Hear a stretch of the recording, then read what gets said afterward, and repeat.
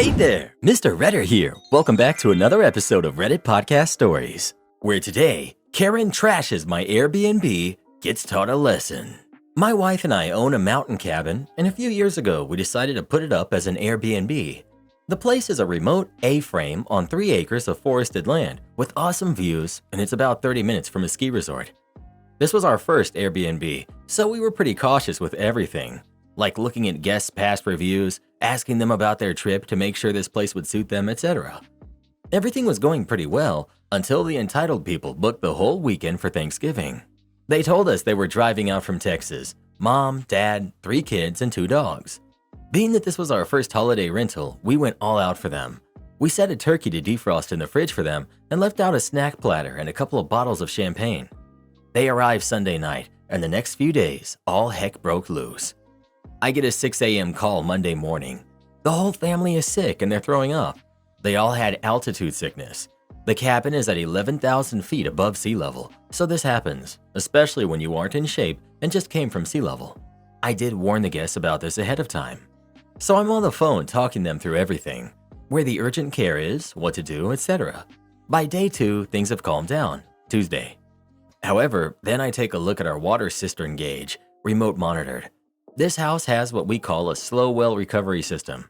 Basically, at some times of the year, the well might only produce around 60 gallons per day instead of the usual 300. So we have a 500-gallon water storage system that helps smooth out the demand curves. Basically, once the tank goes below 40%, the well starts pumping, and if the well goes dry, a timer gets started, and it will pump again in 3 hours until the tank is topped up.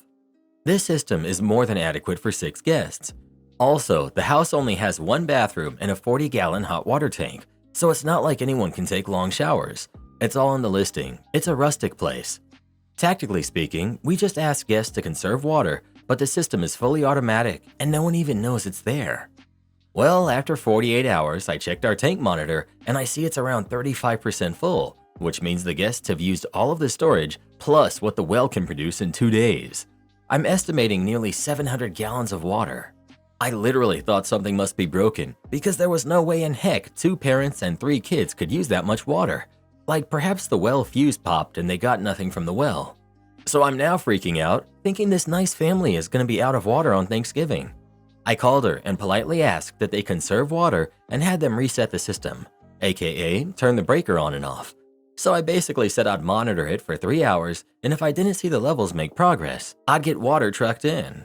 This would literally be a first, as I've never had to do this. Her response, "Sounds good, but hurry, because we drink a lot of water." How weird of a comment is that? As if 5 people drinking a gallon a day, max, somehow equates to hundreds of gallons missing from the system. Well, there's really no change in water level after 3 hours, so I get on the phone to book a water truck. And as it's now 1 day before Thanksgiving, it's just not happening. So I now need to figure out how to transport water to this house. I live 1.5 hours away. I went to Farm and Tractor Supply and I bought a 275-gallon tank that would fit on my truck, plus hoses and pumps. Then I drive up there, figure out where I can buy bulk water from, and I go to the house. I finally get there around 4 p.m. and the guests are out, but gave me permission to go inside and test things out, aka I wanted to make sure the system was working. I went inside and found 2 huskies in a crate who had gone to the bathroom in their crates. It smelled so gross. The owner said that they would be back and would clean it up. At this point, I've been working on this for 8 hours. I'm sick. It's 10 degrees Fahrenheit outside, and I'm now hooking up the transfer pump. Tomorrow is Thanksgiving, and I still need to get to my parents' house. Thankfully, only 30 minutes from the cabin. I start pumping, and then I see their car pull up, and they're waiting at the bottom of the driveway. Knowing they have kids, I go down and say hi, and I let them know that they can go in, and I'll be done in about 40 minutes. They started to act real odd at this point, but they go ahead and go inside.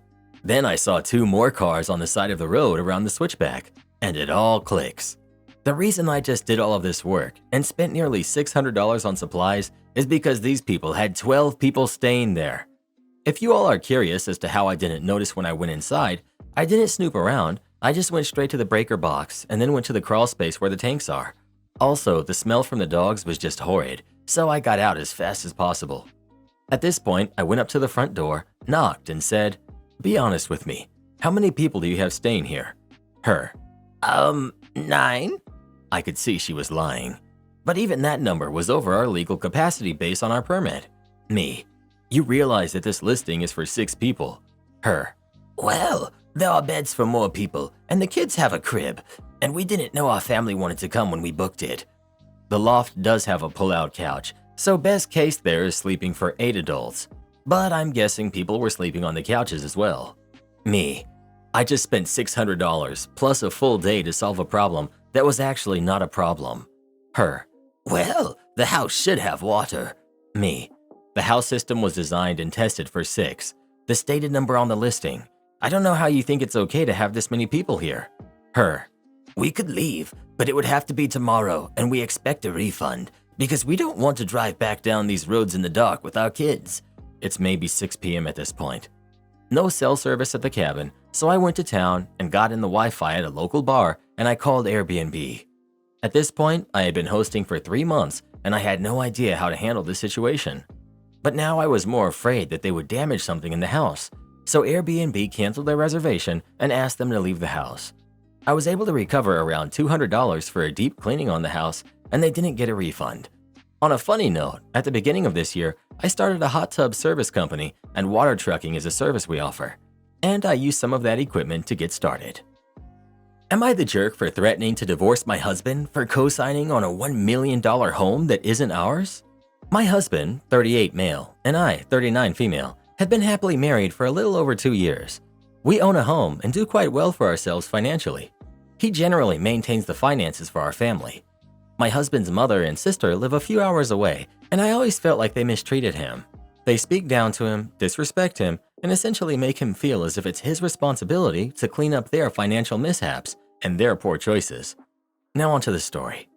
My husband's sister and mother have been renting a home from another family member well under market value, at least $3,000 less than what it would rent for now. The owner/family member has decided to sell the home. Mind you, it's been trashed and not maintained by the sister and mother. They have little to no respect for the fact that they've had it so good for so long. The owner gave them 90 days to vacate the premises. Immediately, the sister and mother began asking my husband to help them buy a home. They live and work in one of the most expensive housing markets in the US.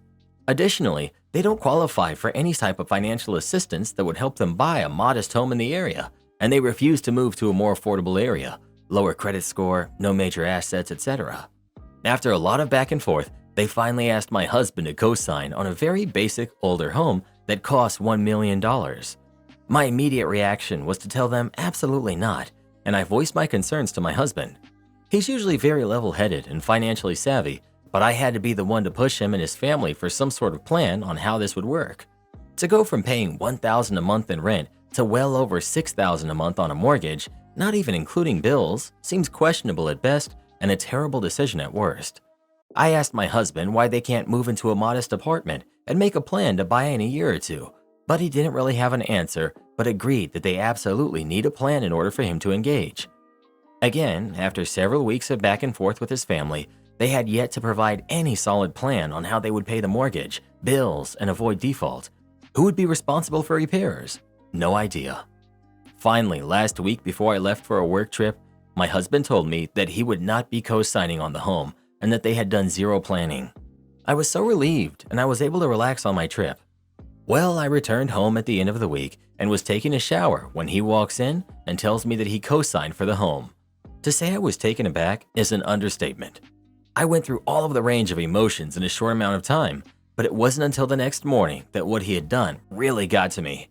He chose to make a risky investment with people who don't respect him and did it behind my back after assuring me he wouldn't. He kept trying to tell me I was safe from any potential impact, but I don't understand how that could be. I asked him to walk me through the conversation, the plans, and any assurance that our own assets were safe. He couldn't. He then had the audacity to tell me, "At least I decided to tell you." That was when I lost it. I felt absolutely betrayed and disrespected. I cried and screamed and told him he can't see how they use him. I told him I was questioning his integrity and our relationship. We're already in the midst of the IVF process, and it's been extremely hard on me and my body. I told him I didn't think he deserved to be the father of my kids, and if we did have kids, his family would have limited contact and not be allowed around them. There are other incidents of how they've treated me with such disrespect, that I have even distanced myself from them. That is also another reason why my husband decided for us to move away from them. Back to the subject. At first, he was remorseful, but then he got defensive of his family, even though myself and many others have tried to tell him how horrible they are. I told him if he wanted any chance of making our relationship right, he was to immediately work with his mother and sister to write a contract that he had majority ownership in the home, so that if they continued to make poor decisions and default, he could sell the house. Well, to no one's surprise, his family would not agree to these terms because they believe living there is enough to solidify it's theirs. For the last 3 days, I've asked over and over again why he made this drastic decision without a plan. My friends agree that this is a divorce-worthy offense, but the reality is besides this. We have a wonderful life together, and I love him dearly. So Reddit, am I the jerk for calling my husband stupid and threatening to divorce him over co-signing on the loan? Additional details. His sister's actually older than him. He's managed to keep his financial success fairly well hidden from his family, but due to the co-sign process, they now know exactly what assets he has, and I'm certain they will expect more from him. Before asking my husband to co-sign, they didn't even attempt to take out the loan for the home on their own. I assume they expect that having him on the loan will give them the choice to destroy the home or default on the loan, because he will pay in order to not mess up his own credit and assets. His family does not care for me and are likely jealous at the life I have with my husband and how they get less from him.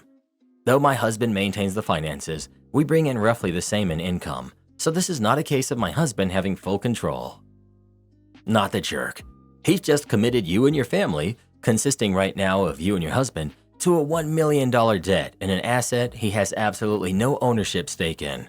This is not an investment. It's assuming the responsibility of paying for their house. It's grossly irresponsible on his part, and here's the worst part. Your husband has incurred a debt. In many states, California and New York included, and I'm assuming that's where this home is, debt is a community property. If you go out and finance a car, your husband is responsible for half that debt, whether he signed on the dotted line or not. Put another way, if your husband passed tomorrow, you would still be on the hook for that mortgage. This was a historically bad decision on his part.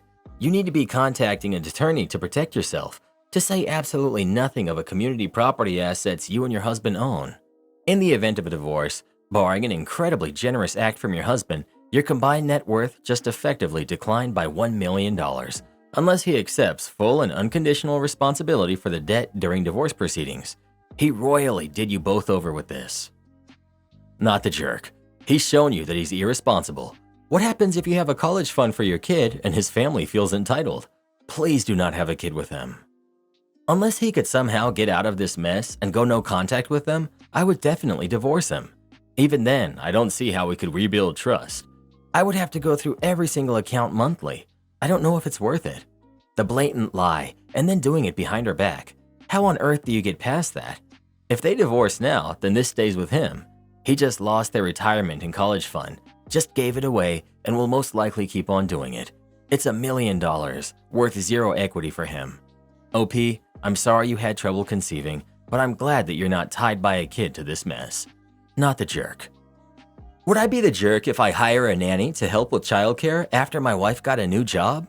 My wife, who's 36, and I, 38 male, have been married for 12 years, and we have 3 kids who are 9, 6, and 4. We both work full-time, with me being the primary breadwinner and earning about 3 times what she does. About 4 months ago, she was offered a promotion at her job. It wasn't a big step up in pay, but would be a lot more responsibility as well as being on call 3 to 4 nights a week. When she told me about it, she was really excited and acting like it was some huge opportunity to advance her career. I was happy for her, but I told her I had some concerns about how often she would be out of the house in the evenings and or how we would have to alter our schedules and routines due to her being on call. She assured me that being on call wasn't an issue and reiterated that she would be compensated for that time even if she wasn't actually called in. I told her that ultimately it was her decision, but I feel like we live comfortably already and the little extra money wouldn't be worth the hassle it would cause in our lives. She ended up taking the job, and wouldn't you know it, she ended up being called in about 50% of the time. This resulted in us having to find alternate rides for our kids to do activities, canceling plans, her leaving in the middle of dinner or family time, etc. I also had to pick up a lot of slack in terms of household duties and childcare. We've never fought as much as we have been since she took this promotion, but she's convinced it's a stepping stone to something better. I floated the idea of hiring a nanny for the nights she's on call so that I have help in the inevitable situation where she gets called in again. Simply having another person to watch the kids if I need to take one of them to an activity or a play date, or to be able to make dinner easier or get other chores done. She shot the idea down immediately and told me that me picking up her slack is not that big of a deal and I should be able to handle it. After a 3-week stretch of her being called in 3 nights a week, I told her that I was going to start looking into nannies, with or without her agreement. I told her the only way I would reconsider is if she tries to get her old job back or look for a different one because her promotion is not working for me or the kids. She did not take this well. She accused me of being a lazy parent and trying to buy my way out of being a father. She also said that the cost of a nanny would offset any extra money her promotion is bringing in. When I told her it would actually cost more than that, she got extra upset. She has no time frame for how long she will be in this position at work and apparently has no care for my feelings on this. I'm tempted to just hire a nanny anyway because this is not sustainable for me. I think this promotion has blinded her to how negatively it has impacted the rest of the family, and I refuse to just suck it up any longer. Edit.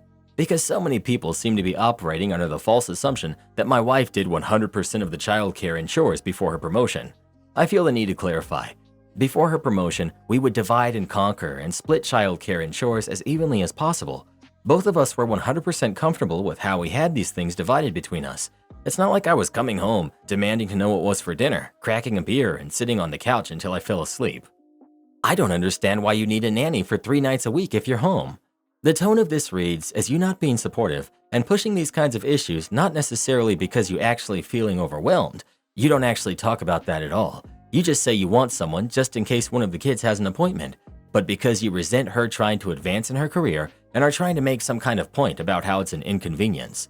I might be misreading the situation, but none of this sounds healthy, and what she's doing doesn't sound unreasonable.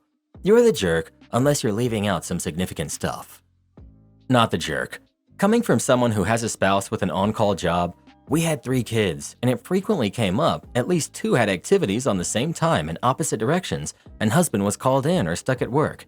If it hadn't been for my parents living close that could help out, we would have had to cut out other activities for our kids because it was impossible to be at all of the activities at the same time.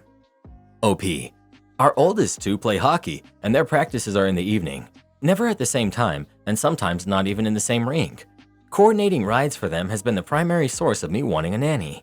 I'm asking a lot of favors from other parents, and I don't want to take advantage of anyone. There has been at least 3 times when my wife took one kid to practice and had to leave to go to work during practice.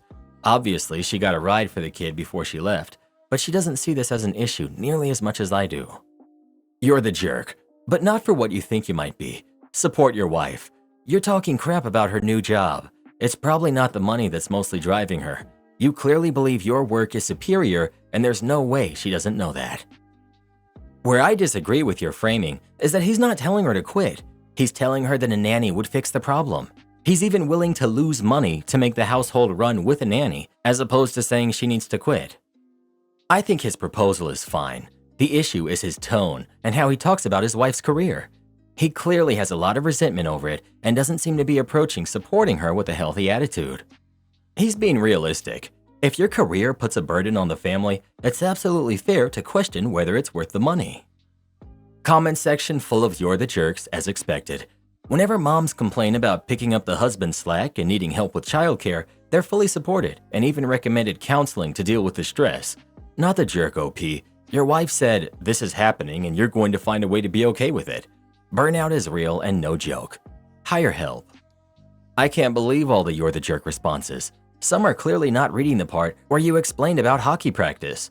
If the gender roles were reversed, I have a feeling that it would be a different tune. Hire the nanny, it will benefit the kids. Hire the nanny anyway. It's a win-win. She keeps her stepping stone to a better job, and your kids don't fall through the cracks. When her better job comes through, presumably with better pay, all this will be worth it. But while her on-call at random times job is what she's doing, your kids should not have to suffer because it's more than you can juggle. Not the jerk. Well, who do you think is the jerk? OP or his wife? Please let us know. This guy won't leave me alone, and I'm terrified. It's midnight, and I'm up in my apartment wide awake and crying with no one awake to talk to, so I decided to make my first Reddit account. I'm 23, female. I moved to a new city about 8 months ago to try and pursue some childhood dreams. Family is 5 hours away, and we don't have a good relationship. I don't have a single close friend yet here because I've just been really focused on getting settled in and getting used to my job and college and all of that. I'm working as a waitress and a bartender. I work at this small restaurant, and I work nights to work with my school schedule. Weekday nights are pretty dead, and I start at 4 p.m. I had a regular guy that came in every night. Really nice guy, always tipped well, and always complimented me. After a few months, he asked me out, but he's 38, and I politely told him, "Hey, you're a super sweet guy, and you'll find a great girl, but I'm not interested in that big of an age gap." I never reject people in a mean way. I would never want to hurt anyone, but that age gap for me is like 10 years too much. And he started bringing me treats, coffee, flowers over the next little while, and every time I asked him not to, I was really firm in telling him no. He came to my apartment building, which I never gave him my address, so either he went in my wallet or followed me home, I don't know. But it was terrifying. I told him to leave, and I thought he did. It was right after I got done with school. After an hour went by, I went down to leave for work, and he was waiting at my car in the parking lot. I tried to talk to him normally, out of pure fear, because we were the only ones down there, and he was not nice in the slightest. It was like talking to a different person, and that was 2 weeks ago. He's not allowed at my work or apartment. I blocked him on everything because that experience gave me such bad vibes. I genuinely didn't feel safe at that moment. If a group of people didn't come by down in the elevator, that is. A few days after this, I found an air tag slipped in a small pocket of my purse. I can't prove it was him, but I'm assuming probably one time when he was the only one in the restaurant and went in the back and I had left my stuff out. He followed me on Instagram when we first met, and I have pictures with my 2 closest friends from high school who still live in another country now. They got weird messages from a fake account claiming to be me, asking if I ever gave them any of my passwords because I was locked out of all my accounts. Again, I can't prove it was him, but that struck me as extremely odd. Today, I walked up to my friend at school who I study with every day, and he's like, "Hey, I didn't know you had a boyfriend. He was just in here looking for you." And then told me that he was also told to stay away from me. My heart dropped because I knew exactly who it was. I was really hoping that would be the end of it, but now I don't know what to do at all. Update: I have a safe place to stay. I called my ex-boyfriend and he told me to come stay with him. His apartment has way higher security than mine, and there's no way anyone who doesn't live there can access the parking lot, which is where he kept waiting for me, so that's a huge thing. Since he was coming to my school, I'm doing most of my classes online. I have 2 in-person classes on Thursday, but my ex is going to drop me off and pick me up after. They already had an interaction after class yesterday, and Stalker wasn't so tough anymore when he saw my ex get out of the car. He backed down pretty fast. So really praying that was enough to keep him away from me. I never told him about my ex being in the city because I didn't really think about it. When I met him, I told him that I didn't know a single person, and I think he thought that would help him in what he was trying to do. I also just had to quit my job. It wasn't worth the risk, and I'll be able to find another serving job somewhere else. Yes, police were called already, but I didn't have enough proof of real threats, and he hadn't done anything yet. So, although he was forced to leave the premises, police couldn't do much. I don't know whether or not he's found where I'm staying yet, but hopefully he's too intimidated to ever try to come to my ex's apartment. My ex has more than one car as well, which is a blessing, because mine is bright pink, so very easy to spot. I've been driving his. This whole thing sucks. I hate staying home. I also hate not working. I'm really lucky that my ex I haven't seen since we were 19 is helping me though. Got blessed with that one. Been almost 4 years, and we're already best friends again. Okay, first of all, this is terrifying. It's also infuriating. I'm really glad that her ex is a cool dude and is helping her out. It upsets me that law enforcement is so useless with things like this. Am I the jerk for repossessing a kid's horses? Due to a risk of losing our ranch, I sold some horses to an 18-year-old. She came over and picked 5 to 6 horses she liked, but after seeing the price total, she decided on 2 of them. One was a year old and the other was 3 months old. She said she could make payments on them, and I agreed. When she said she wanted to take them whilst she was paying them off, I was very apprehensive, but because her family was friends with ours, I told her that we could do that. She also took the mom who was nursing the baby to borrow until he was weaned. When she came to get them, after they were loaded, I asked her for the deposit, and she said she didn't have it yet, but could get it to me by the end of the week. It didn't feel right in my gut, but they were loaded and ready to go. That night, I get a message that she put them in with her horses, who already had an established pecking order. And my younger horse got attacked and hurt by one of hers. It needed stitches and vet attention ASAP. Instead, she put a pad and tape on it. I insisted she call a vet, and she asked if I would call mine and pay for it, and she'd pay me back. Vet came out in the morning, said it was too late to stitch, and had to remove about an adult hand size of detached tissue. We paid for the vet, and when she said she was too squeamish for Band-Aid changes, I came and did them myself, and paid for the supplies. I also had to bring my farrier out and pay him to do their feet because she didn't have the money. Almost a month goes by, 0 payments. I notice the 3-month-old is getting sick, and I tell her I'm just going to come get the horses back, and that way they can get the medical care that they need. They refuse. I try to reason with them, and no resolution is reached. The colt is showing symptoms of a very serious disease that could end him. I call the sheriff and have him come moderate so I can reason with her to get them back. I compromised by taking the mom and the baby back, getting reimbursed for the vet bill, and I left the yearling there to be paid off.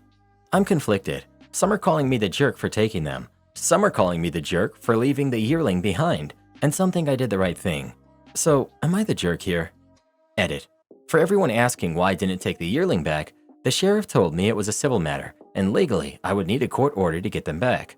The foal was in a life-threatening state, so compromising on the yearling was the only way to convince her to let me take him home right away. If she'd put her foot down, then I would have to wait for the courts to issue an order for me to get all of them back, and by then it would be too late for the baby. Not the jerk. If this jerk can't properly take care of the horses or pay for them, she doesn't deserve them. Dealing with the locker thief in high school. This was back in the early 2000s, probably 2003 to 2004 school year. Throughout the entire year, there was a crime wave of people having their things stolen out of their locked lockers. Not everyone, but enough that everyone knew someone who it happened to. The school's only defense about this was that it was our fault for sharing locker combos with our friends. They also charged us every time we had to get the combination changed on a locker, like after a theft for instance, because it was assumed to be our fault. Well, I had my graphing calculator taken out of my locker.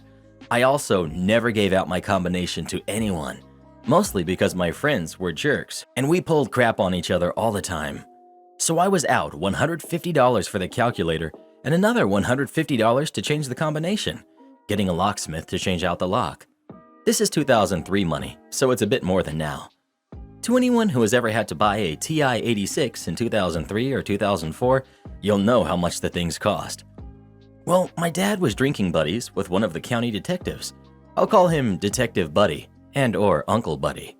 He went in to talk to the school about these thefts going on, so he could get the security camera for the day my calculator went missing and got completely brushed off as it was a non-existent problem, and he must have given out his locker combination. The principal told him he would need a warrant to get the camera footage. Then when he got the warrant, the school fought the warrant in court, citing student privacy. Cue the pro-revenge. Detective Buddy shows up at our house with a laptop and a laptop bag. He's like, "Throw this in your locker and tell everyone you know about your brand new laptop." Okay, sure, Uncle Buddy. 3 days later, I show up at my locker between classes and the laptop is gone. The bag too, nowhere to be seen, as is a 24-ounce bottle of Coke and possibly some pens. I take my phone out and text him that the laptop got taken. Stand by for the crab show. Oh, and you reported the theft to the police, FYI. He replies back. Okay, I replied, confused. I got about the rest of my day and I don't hear anything back. The following morning, Detective Buddy comes to the school with 3 uniformed officers and pulls a student, Dave, out of class, as well as his mom, who works in the front office. The principal is upset.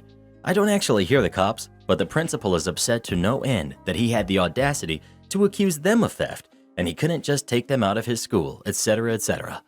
Well, turns out there was a tracker in the laptop bag, and Uncle Buddy got a warrant to search a particular house. The laptop had a value of over $1,000, making it a felony. The next afternoon, he set up a tent with a table just outside of school grounds. He also had a banner across the top, "If you had something stolen from your locker, see me." By the next morning, Dave and his mom made the paper. Apparently, Dave allegedly used his mom's login information to get onto the school network and get the locker combinations for basically everyone. Then he just opened random lockers looking for valuables to steal, if he didn't get info of a specific locker to steal from. When he set up the stand to get more people reporting thefts, he racked up an astounding number of charges. Each locker counted as a separate misdemeanor unless the stolen object was worth more than $1,000, in which case it was a felony. In less than a week, Uncle Buddy opened and broke an investigation, and they charged Dave and his mom with 9 felonies and 35 misdemeanor charges. When I finally got the story from Buddy, he explained what the situation was. He had me stash a brand new laptop that had a GPS tracking unit stuck in it in my locker, then get it stolen deliberately, and then he got a warrant to search the property it had been taken to. Now, the fun thing to stress is that the laptop was over $1,000 value, pushing the theft from a misdemeanor into felony level. There was also another 8 felony charges, stuff like jewelry that was taken from other people's lockers and recovered. So any of the locker break-ins that amounted to over $1,000 stolen was a felony charge, and less than $1,000 was a misdemeanor charge. Cool thing was that because the calculator and the laptop were separate days, and the combination changed between the days, he caught a felony and a misdemeanor charge off me alone. The 9 felony thefts ended up in $12,000 range total, and the 35 misdemeanor charges were somewhere in the range of $3,000 total in value. Now, that's an awful lot of stuff stolen, but I need to stress that this is only what was proven stolen. Like, this is what they caught him with in his possession and that they could trace back to someone. They also didn't let them plead to anything. It was Podunkville's highest profile crime in years, and without a doubt, one of the worst crime sprees the county had seen in decades. Next up on the revenge. Everyone who had been charged $150 to get their locker combinations changed sued the school district in a class action lawsuit.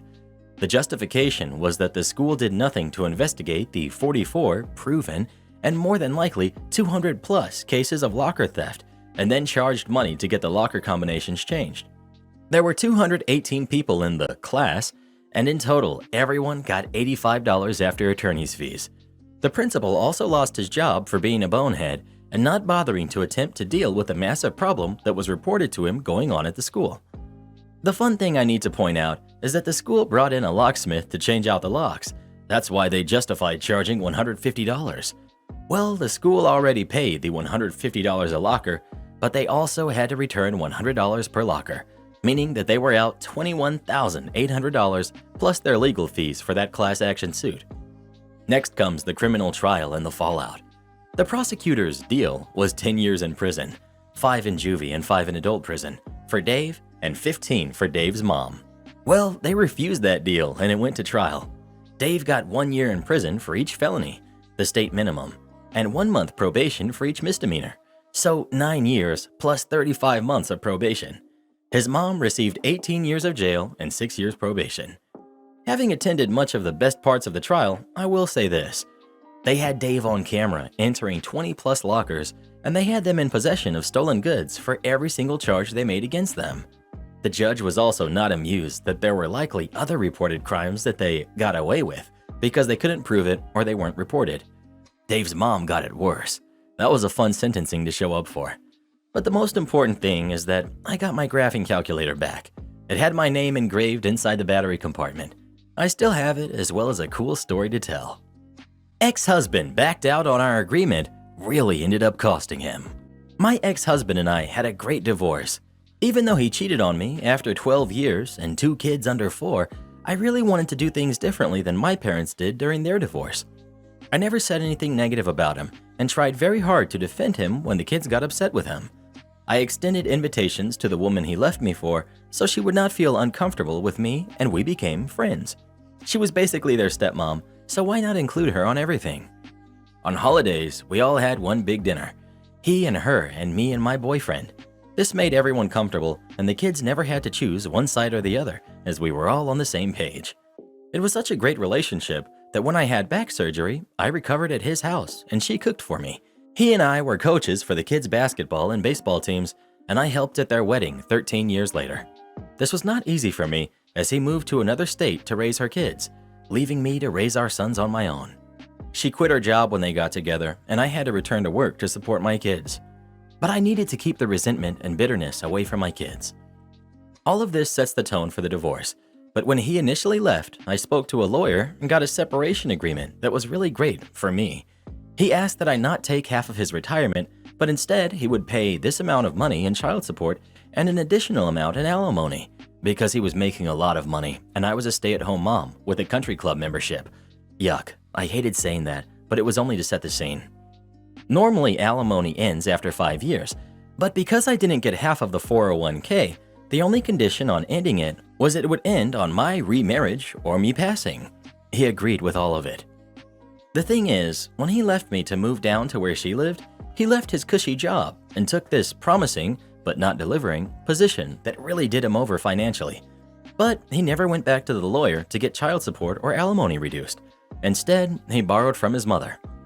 When I discovered he was mooching off of her, I suggested to her that she stop paying for him when he finally got back on his feet. She never would do that and continued paying for his life and her to be a stay-at-home mom, even co-signing for a second home for him when he finally moved back to raise his kids. Hers had graduated and lived in his old house. Ours were in high school. He did come to me and ask if I would accept regular child support and half of the alimony. Then later, when he was really earning money, he would pick back up on the past due amount. Not wanting to make waves in an otherwise great divorce, I said yes and kept track each month of what was owed in a shared spreadsheet with him so he could see how far in debt he was getting each month. He ended up owing me $1,000 per month times 10 years, but he said when the kids aged out of child support, he would continue to pay the same amount to make up for the alimony, which totaled $120,000. When my daughter aged out, he continued to pay the same amount, putting a small dent in what he owed for 3 years. Then, as soon as my son aged out, 2 weeks after he joined the Marines, he called me and told me there was no way he was going to continue paying me for the next amount of years, and I could take him to court if I wanted to, but there is no way he would pay me another cent. This completely blew my mind, as we had such a fantastic relationship, and it came out of nowhere. I was completely freaked out, but I took his advice.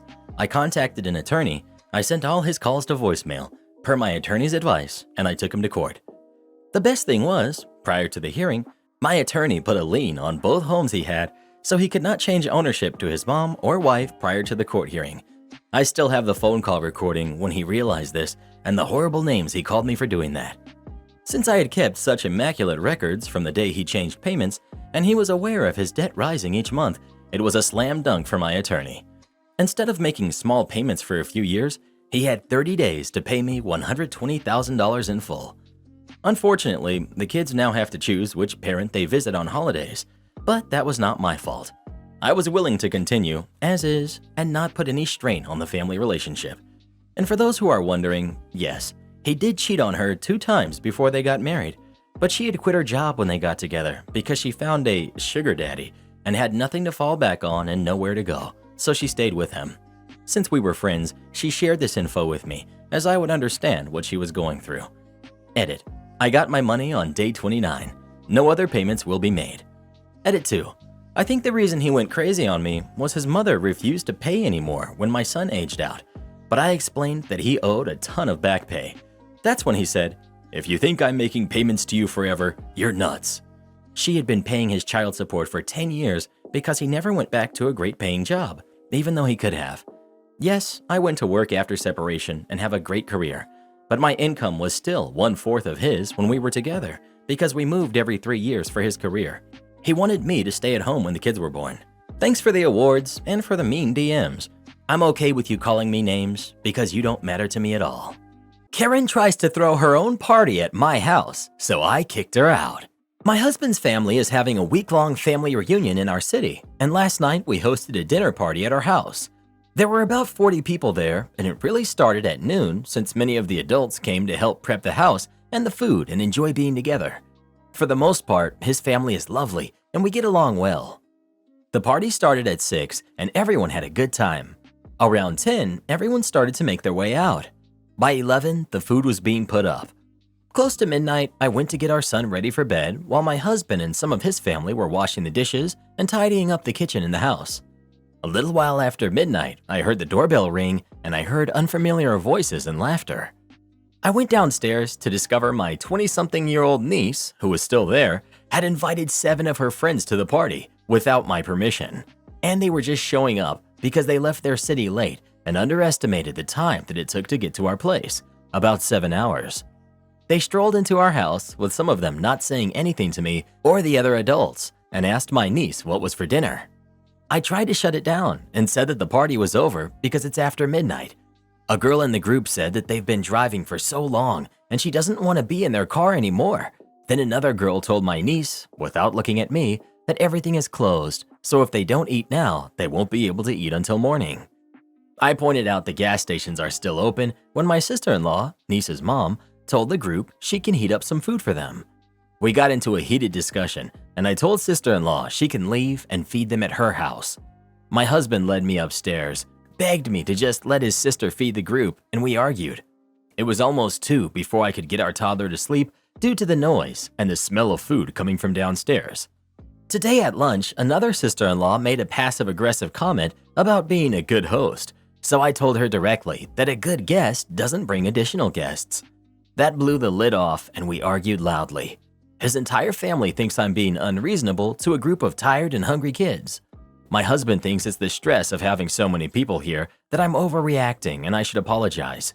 I refuse to, and I feel like I'm on an island by myself. Was I wrong? You're not the jerk, and your husband is a massive jerk for not backing you up and for telling you you're overreacting. After niece invited strangers over, the strangers strolled in after the event was over, and sister-in-law tried to override OP in their own home. I would be furious. Not the jerk. Your husband seems to have too much in common with his family. Not the jerk. It would be rude to have 7 uninvited guests show up at 6 p.m. or 8 p.m. 10 p.m. would be very rude. Midnight is just beyond the pale. My boyfriend got his ex-girlfriend pregnant, and I don't know what to do. I don't even know how I got into this mess. I don't have many friends to go to about this, so I decided to come to this sub. Starting from the beginning, I met my current boyfriend, Jared, fake name, back in January last year. We met when I started my new job and we clicked instantly. He's funny, charming, caring, and definitely eye candy. We became super close and we hung out all the time and we would stay up all night talking on the phone for hours. At the time I met Jared, I had just gotten out of a miserable relationship with my ex-boyfriend of 2 years. That relationship really affected me and I was afraid to get into another relationship, so I didn't act on my feelings for Jared. Jared told me that he was willing to wait for me for as long as I needed. I really appreciated that, and I'm so lucky to have met someone like him. Eventually, him and I finally made it official around Christmas time. Our relationship has been amazing, and this is the best one I've ever been in. That is, until a few days ago. A few days ago, Jared called me and told me that he was on his way over to my place and that he needed to talk to me about something important. When he arrived, we sat down and he confessed to me that his ex-girlfriend is pregnant and the baby is his. According to him, this is how it happened. He was at the bar with a few of his buddies on Labor Day and he ran into his ex there. Apparently, he was drunk and he started to feel a bit lonely. Him and his ex began talking and flirting. Long story short, they ended up going back to his place. His ex-girlfriend is currently 7 months pregnant, and up until now, he hasn't told me. He says he kept it from me out of fear that I would leave him, and because he wasn't sure if she was being 100% truthful about the pregnancy. This has been on my mind for the past few days, and I don't know what to do. Jared has given me space to process all of this, which I appreciate. On one hand, I feel like it isn't fair for me to be upset because him and I weren't together. But on the other hand, it hurts that he didn't tell me this when we first began dating. I know them having a baby doesn't necessarily involve me, and of course, the only thing that should matter in this situation is the baby. But I'm not really sure where this leaves me. I'm not sure what to do now or how to go about this. I've always been child-free, and the thought of being a stepmother scares me. Jared is my best friend, and I love and care about him with everything in me. My heart is so confused. Update. Before I get into the update, I wanted to clarify some things that a few people have been confused about. 1. Jared and his ex are not secretly together. Before the night that they got together, they hadn't spoken to each other in over a year. Now it seems they don't get along unless they're discussing plans or info about the baby. 2. Ex-girlfriend did know that Jared hadn't told me about the pregnancy. According to him, she would say things like, "You need to tell her," or "Why are you keeping this from her?" But she never pushed him on the topic too much. 3. Jared and I began dating on the 21st of December. He got with his ex on Labor Day, early September. He did not cheat on me. Now for the update. After doing a lot of thinking and seeing the advice that I got on my post, I realized that it isn't in my best interest to continue being with him. Having a baby is a huge deal, and it would completely shake up our relationship. I wouldn't be able to handle the responsibility of being a stepmother. I also don't feel like I can trust him after he kept this from me for so long. Yesterday, I invited Jared over to my place, and I sat him down to talk. I told him that I'm disappointed in him for lying and keeping this from me for so long, and that I thought he was better than that. Then, I told him that while I do love him, I can't be with him. And he actually cried. It was the first time I've ever seen him cry. Despite what everyone's saying, Jared really is a good guy. He just did something extremely stupid and inconsiderate. By the end of the talk, both of us were in tears. It was a mess. He asked me if we could still keep in contact and possibly remain friends. I said that while I wouldn't mind that, it would take a lot of time, and I told him not to contact me for a while. I wished him good luck with the baby, and that was the end of it. I'm very sad and broken up about this, but I'll be okay soon. I'm planning to go out of town to visit my sister. I haven't even told her about the situation yet. Very soon, so hopefully that'll take my mind off of things. I thank everyone for the advice. It really did help me out. Have a great day. Jared should have told OP as soon as he found out about his ex telling the truth. Keeping a secret for so long about something life-changing like a baby was a big betrayal of trust. Am I the jerk for canceling my stepson's birthday because he facepalmed me? I married my husband 2 years ago, and my relationship with my stepson, who's 12, has never been well. We tried everything, but nothing seems to work. His behavior towards me is so terrible. He shouts at me, says words he shouldn't, and calls me the worst mother ever. His 13th birthday is tomorrow, and since my daughter, who's 7, her birthday is only 10 days apart, we usually celebrate them both on the same day. They're fine with it. I asked my stepson who he has invited, and that's when he facepalms, gesture, and tells me that he's already answered this question before, in the worst tone ever. This is where I lost it and told him that because of his attitude, I'm going to cancel his birthday tomorrow. At first, he didn't believe me, since it's not the first time I intend to punish him without actually doing it in the end. But this time I was serious, and to prove it, I called his grandparents and I told them his birthday was canceled. He started crying, begging me not to cancel, but I told him it's too late. I got berated by his grandparents because of this, and they told me that I don't have the right to cancel his birthday. As his mother, I'm pretty sure I can do what I want though, but they weren't listening to me. They even told me that tomorrow they're coming to his birthday with the gifts even after I told them not to bother because I won't open the door. Am I the jerk here? How long have you been in his life? Where is his father? Where's his biological mother? Does he see you as a mom? Because it seems he doesn't, but he should respect you as a parental figure. You've played soft with him all the time, but most importantly, where's the boy's father? He should be disciplining him. OP. I've been in his life for 3 years, although the first year I wasn't spending so much time with him. Where's his father? He's a doctor and had to go to another city for a month. Where's biological mother? She's mentally unstable and did not see her kid for almost a year now. Does he see me as a mom? By the way he's acting, no. Unfortunately, he does not. I'm really hurt from what you just said. You know nothing about me. His father is away most of the time, and I'm the one taking care of him. I spend more time with his son than both his father and biological mother combined. Yet you dare tell me that I'm a pathetic excuse of a mother. Shame on you. The fact that people are agreeing with what you just said is honestly so sad. You guys really think you know my life story based on this post? You're free to judge me, as I have made this post for that, but stop assuming things you don't know. Shame on me? You canceled this kid's birthday because you couldn't remember the names. You canceled his party because of something you did. Canceling his party is a horrible overreaction, and that poor kid told you the names. Why didn't you remember them? If you're such a great mother as you call yourself, why couldn't you remember a couple of names? If you wanted to punish him for simply facepalming, that's already bad enough.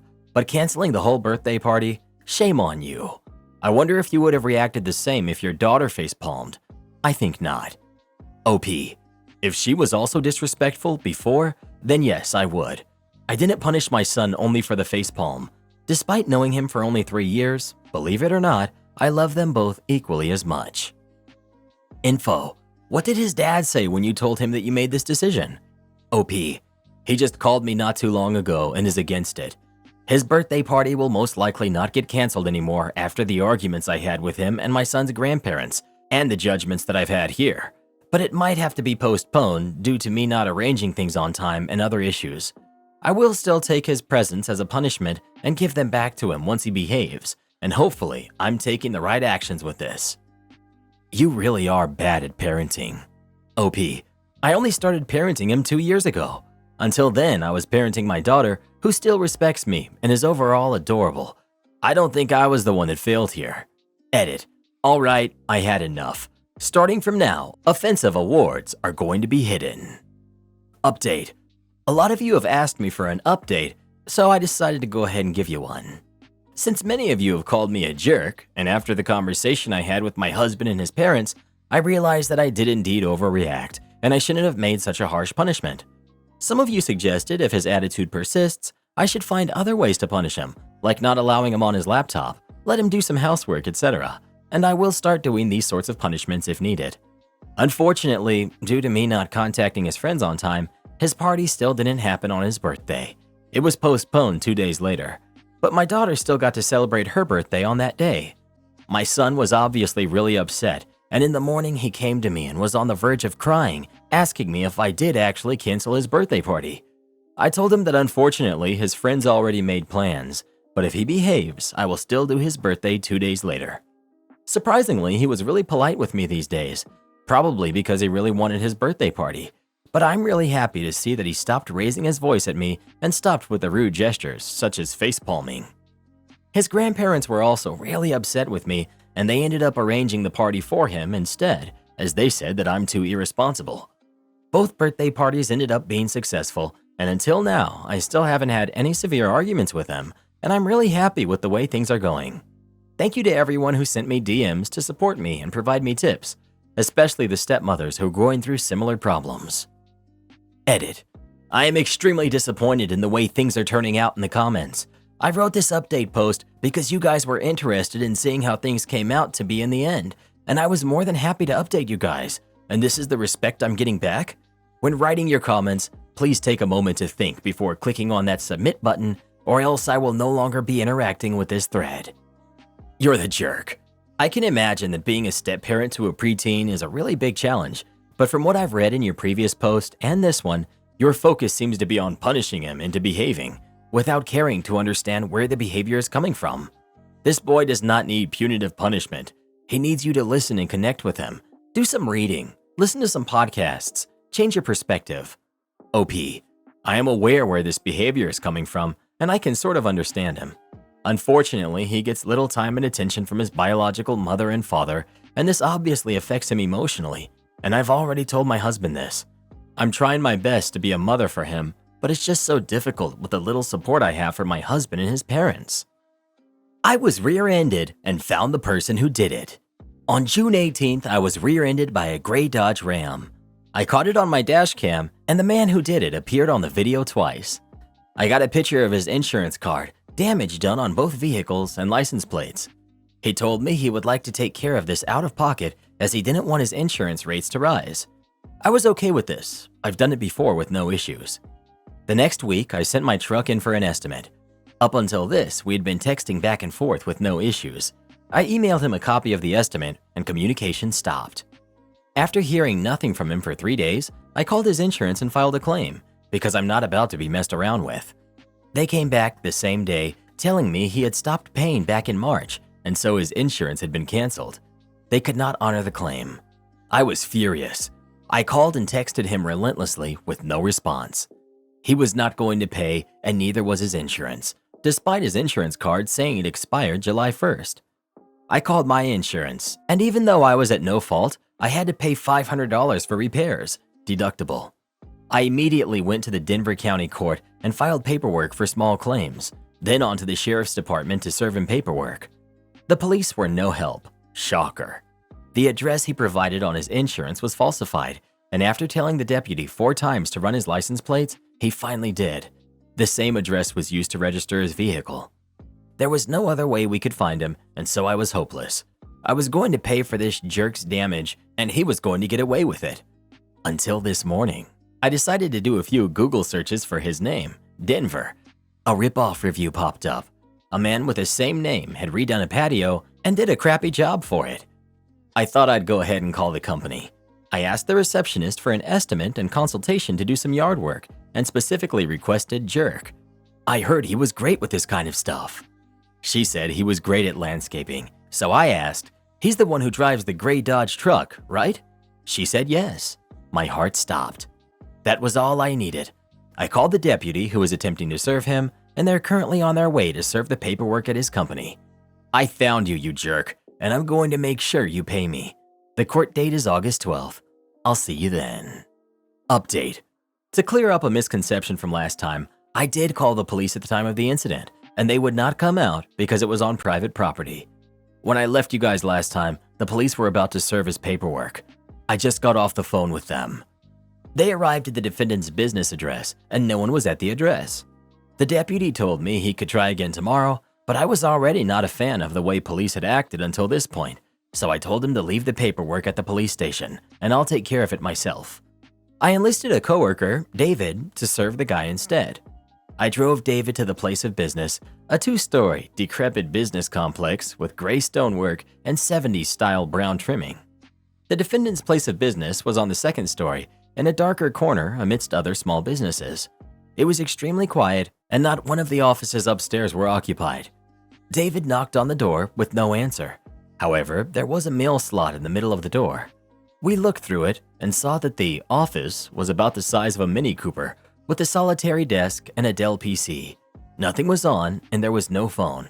We called the phone number I had tried earlier, and no one answered. So we went downstairs, hoping to speak to another business owner as to the whereabouts of this guy. For some reason, the empty office gave me a really uncomfortable feeling. On the 1st floor was a phone repair shop with 2 sales reps at the counter. David nervously asked one of them if they knew who George Jerk was. The man responded, "Are you here to serve him?" Dave laughed and asked how he knew that. The man told him that they get people in here every week attempting to serve George. So this dude has been running from people for quite a while. I need to tell you here that Reddit really helped in this investigation. One user told me about Colorado's Secretary of State website. I used it and found another business address for the same company. David and I drove there, but the office space was completely empty. Those were the only 2 leads I had. I felt defeated and without closure. The last resort I had was a user who offered his private investigative services to me on another thread. I messaged him, and within 1 hour I was on the phone with him, giving him every piece of information I had about the defendant. Private investigator told me to give him a few hours and he'd call me back. Sure enough, within an hour he called and went through the full background on George. Hispanic male, early 40s, he has liens and judgments against him stemming all the way back from 1997. The defendant has been all over Colorado since 97, setting up at least 10 to 12 small businesses, all with multiple P.O. boxes. The addresses were impossible to find, and the phone numbers were bunk. One address happened to be a prison in my hometown of Cannon City, Colorado, so we assumed he was a convicted felon. The multiple businesses this man set up was a telltale indicator of money laundering activity. He had filed for bankruptcy twice, but he recently sold a business in 2013 for over $600,000, so he wasn't exactly poor. Unfortunately, despite the full record PI pulled up, there was absolutely nothing new for us to go on. After a few back and forth phone calls from other attempts, I told PI that he had done his job and that I had felt a strong sense of peace, knowing that not only have dozens of people attempted this very same thing before to no avail, but that I had exhausted every resource available to me.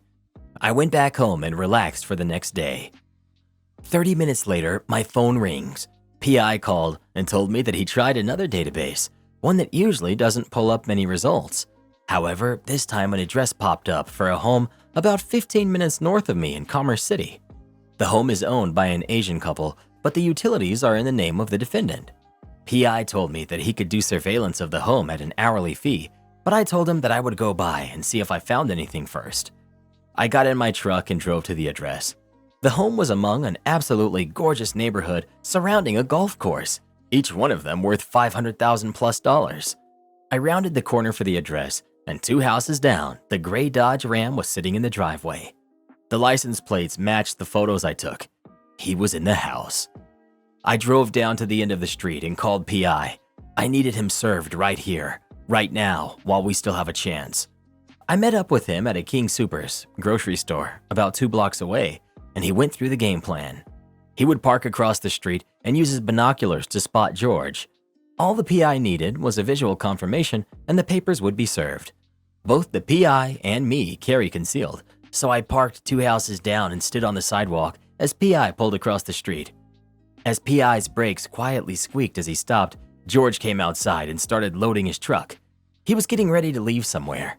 PI got out of his car and had his cell phone in his shirt pocket, recording the entire exchange. PI asked, "Are you Mr. George?" "No," George replied. "Well, does he happen to live here?" "No, no one by that name lives here." "Oh, really? Because I know what you look like, and your plates and vehicle match up to you." "Are you profiling me, bro?" "Dude, don't pull that crap with me." George surprisingly answered, "Okay." PI gave him the documents. We served the jerk. We got him. We had his address. At this point, he has to either move to another residence or pay the full amount in order to get out of this mess. George and I exchanged looks as he turned to walk back into his house, papers in hand. I gave him a huge smile and I walked back to my truck. The PI and I met around the corner and I left my truck running while I came up to his car to sign the paperwork and pay him for the services rendered. While I was signing, I heard my phone ring through the truck's Bluetooth. I walked back and pick up my phone with the words "private number" sitting across the screen. My adrenaline shot up and I could feel my eyes dilate.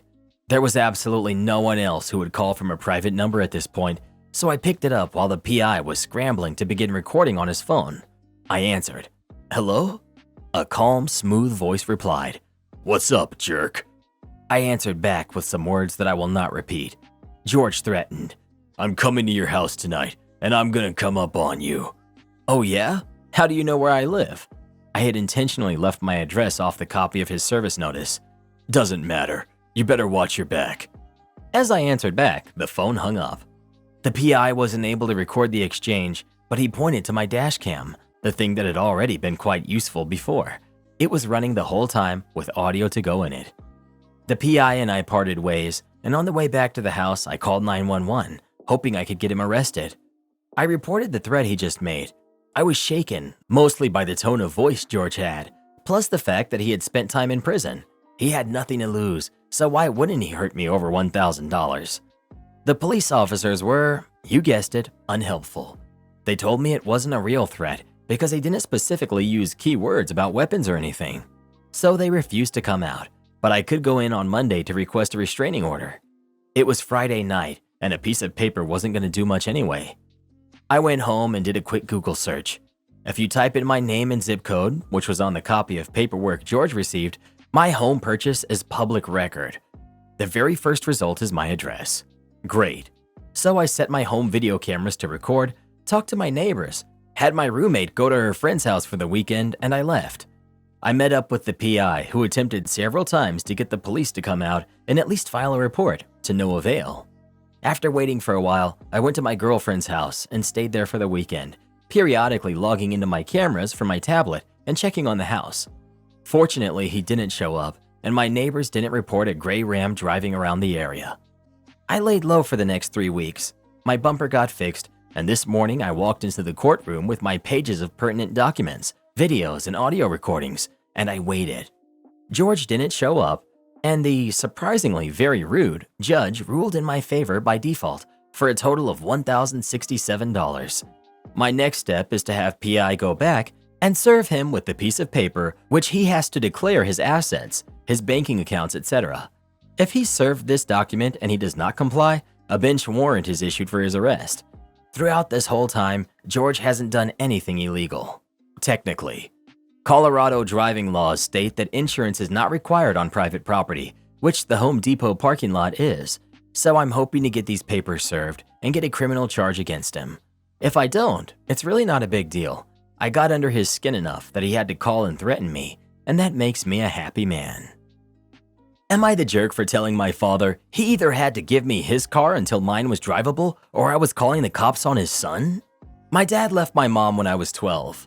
I love both of them, but when he remarried within a year of the divorce, I knew more than I needed to know. I live close to both my folks, and they both have keys to my house in case of emergency. My half-brother, who's 18, still lives with my father and his mother. He seems like a good enough kid, but he is my dad's son, not my brother. I just went on vacation to Brazil for a couple of weeks. When I got back, my car stunk. I almost threw up from the reek. I found a piece of chicken breast rotting in my car. I don't buy raw chicken breast to eat. I hate the way it feels. I buy it prepared and fully cooked. I asked my mom about it and she had no clue. I asked my father and he told me that he borrowed my car, which he is allowed to do, and he used it to get groceries. I told him that he had to pay someone to clean my car. I got a hold of a detailing company, but they said that the smell was in my upholstery and I would probably need to get it replaced. I told my dad and he said that he couldn't afford that. I called my insurance company and asked if I was covered in any way. They said that if my car had been used without my permission, I could report it as stolen and they would cover it. I told my dad and he lost it. He admitted that his son had taken my keys and used my car, and that if I reported it stolen, he would get in trouble and it would affect his college admission. I gave my father 4 choices. Pay to replace the upholstery in my car and guarantee the smell was gone. Buy the car from me at full market value so I could replace it. Give me his car to use until the smell went away, or I would report the car as having been stolen. Since the only extra money he has is his son's college fund, he's in a bind. I told him I was taking his car until he decided. I grabbed both sets of keys and left. I also took my emergency key back and changed the locks at my house. His wife has been hounding me because they have to drive around in a stinking car. I told her that I could report it as stolen and have her thief son deal with the consequences. She has had to start taking Ubers everywhere because she can't handle the stench. My dad is close to cracking and using his kids' money to pay for my car. I feel like a jerk, and that family thinks I am, but my car was only a year old and I loved it. Not the jerk. Your father and his son created this situation and they lied about it to try and save themselves.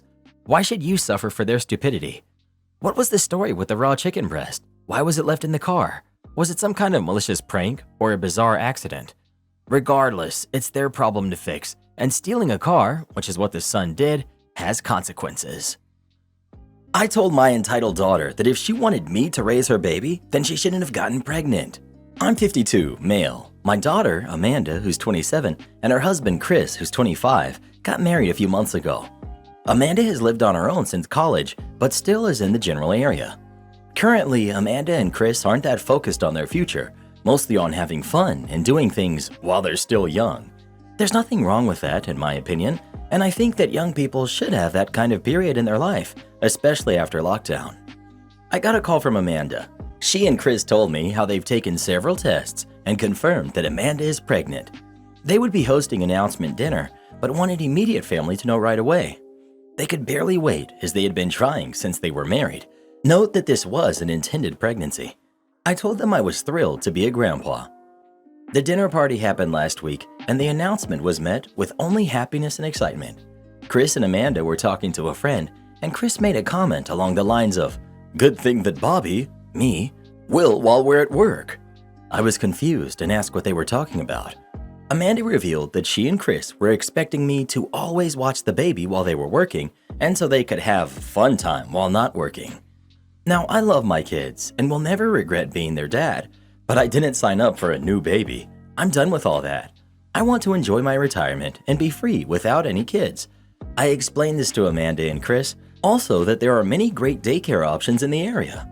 Amanda began to cause a scene because, "You told me that you were thrilled to be a grandpa." I responded that exactly, I was thrilled to be a grandpa, not a parent to this baby. She said that I should help out since I don't have to worry about working. I receive a pension, and that she's young and these are supposed to be the best years of her life, and she thinks it's unfair that she and Chris' life should be all about a baby. I was very frank and responded that, "Amanda, of course you and Chris' life is going to be all about a baby. That's what it means to be a parent. You should not have gotten pregnant if you just expected someone else to raise your kid." Amanda yelled at me, "Don't be surprised when I put you in a crappy nursing home." My son, Michael, says that I was harsh in my delivery, but not my message. My son, Nathan, agreed that Amanda and Chris are expecting too much, and it was irresponsible to purposely get pregnant when they believe they don't have time to raise a baby. My sister, Sandra, however, told me my comment was callous, and I haven't raised a newborn in 20 years and don't realize how much harder being a parent has gotten. And I can agree to start providing at least 4 days of childcare per week, then go from there. Multiple family members are agreeing with Sandra, So I'm looking for some unbiased perspectives on here. Am I the jerk? Not the jerk. I have 17 grandbabies and have raised several of them. Helping and raising are two very distinctive different things. Enjoy your grandkid, but do not get wrapped up in the raising of him or her. Trust me, it doesn't stop at 4 days a week. Karen wants to use me as her backup ATM, plus update.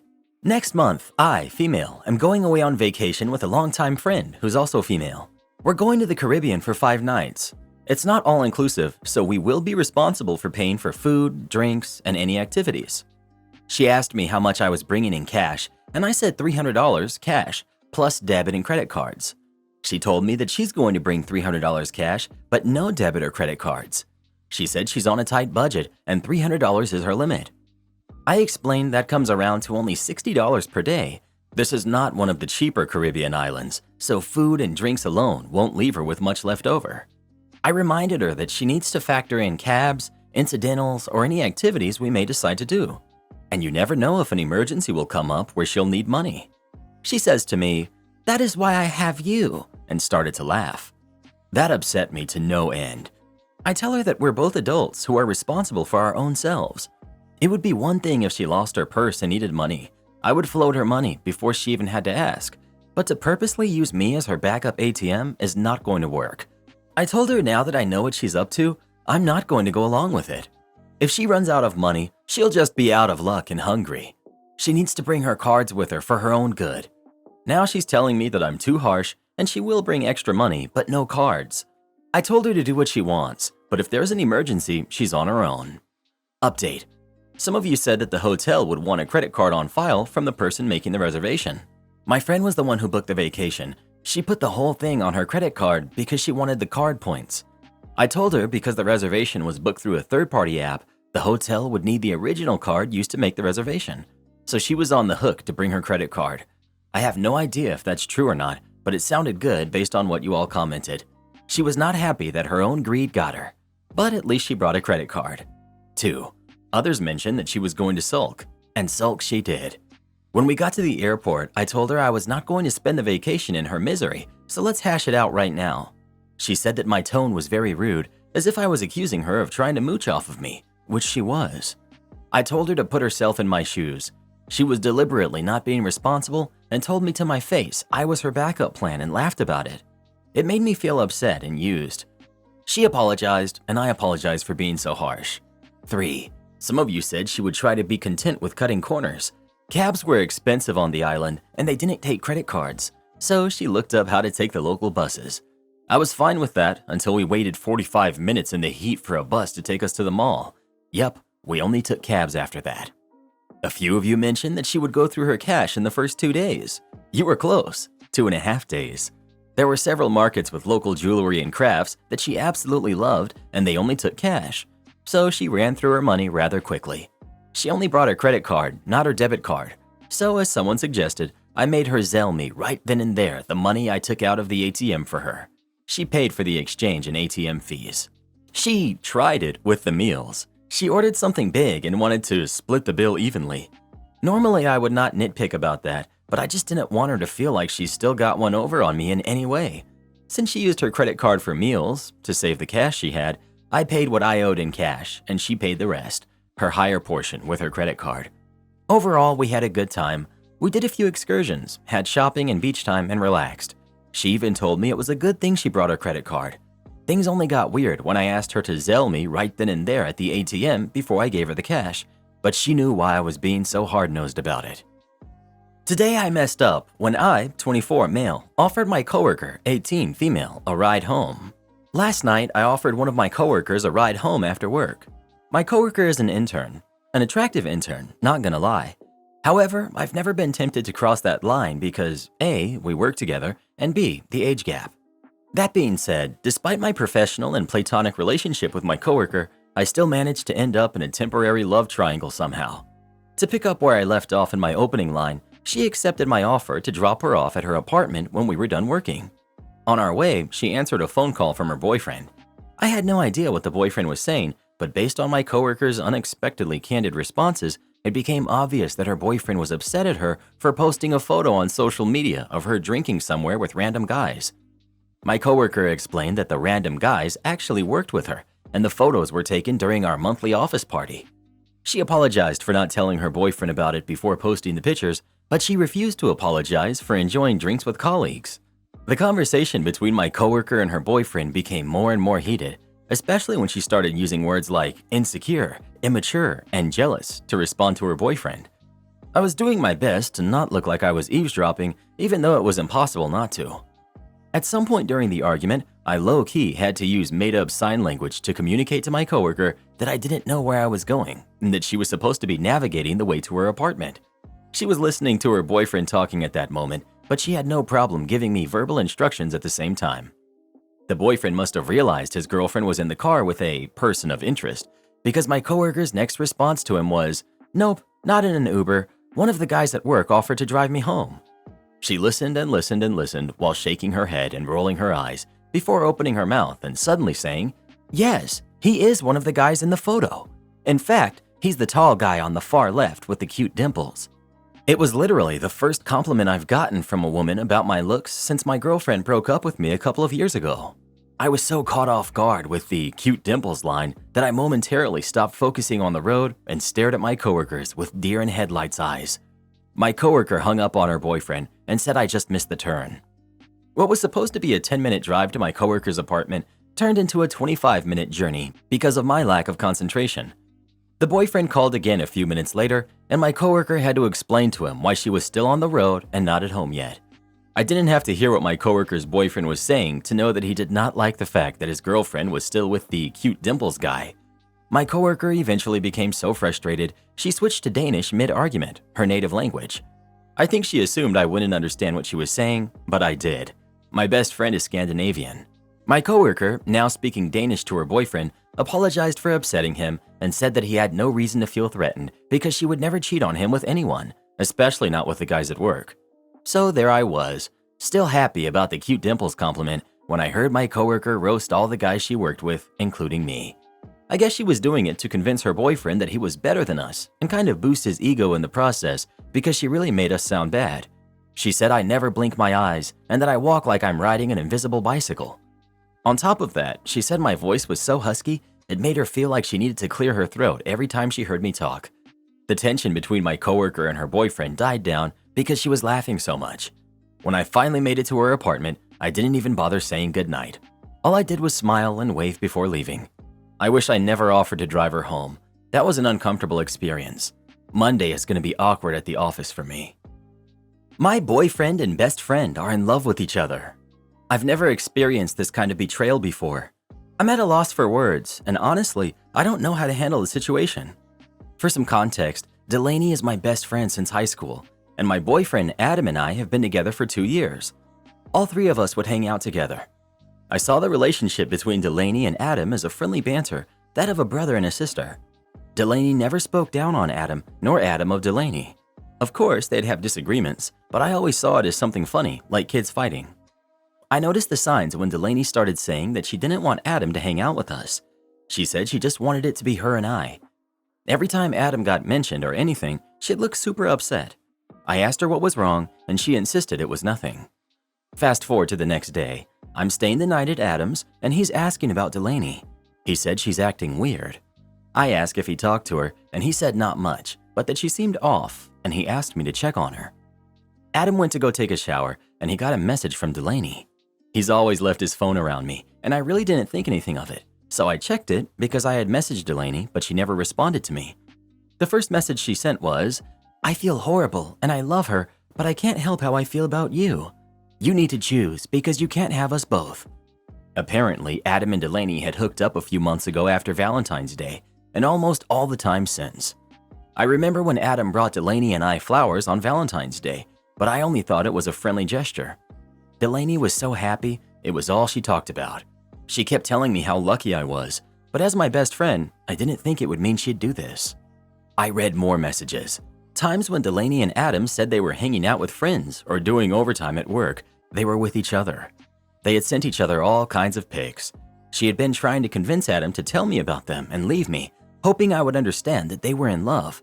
But apparently, Adam was still in love with me and didn't want to let that go.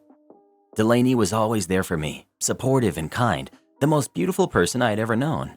And Adam, the love of my life, who would always give his last dollar if it meant I would be okay, was an old soul, someone you could always depend on.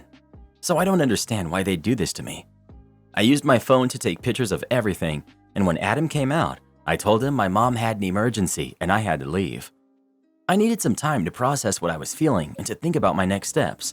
I spent the whole night crying and reading over the messages I'd collected. After losing myself and crying myself to sleep, I woke up the next morning and took a long shower.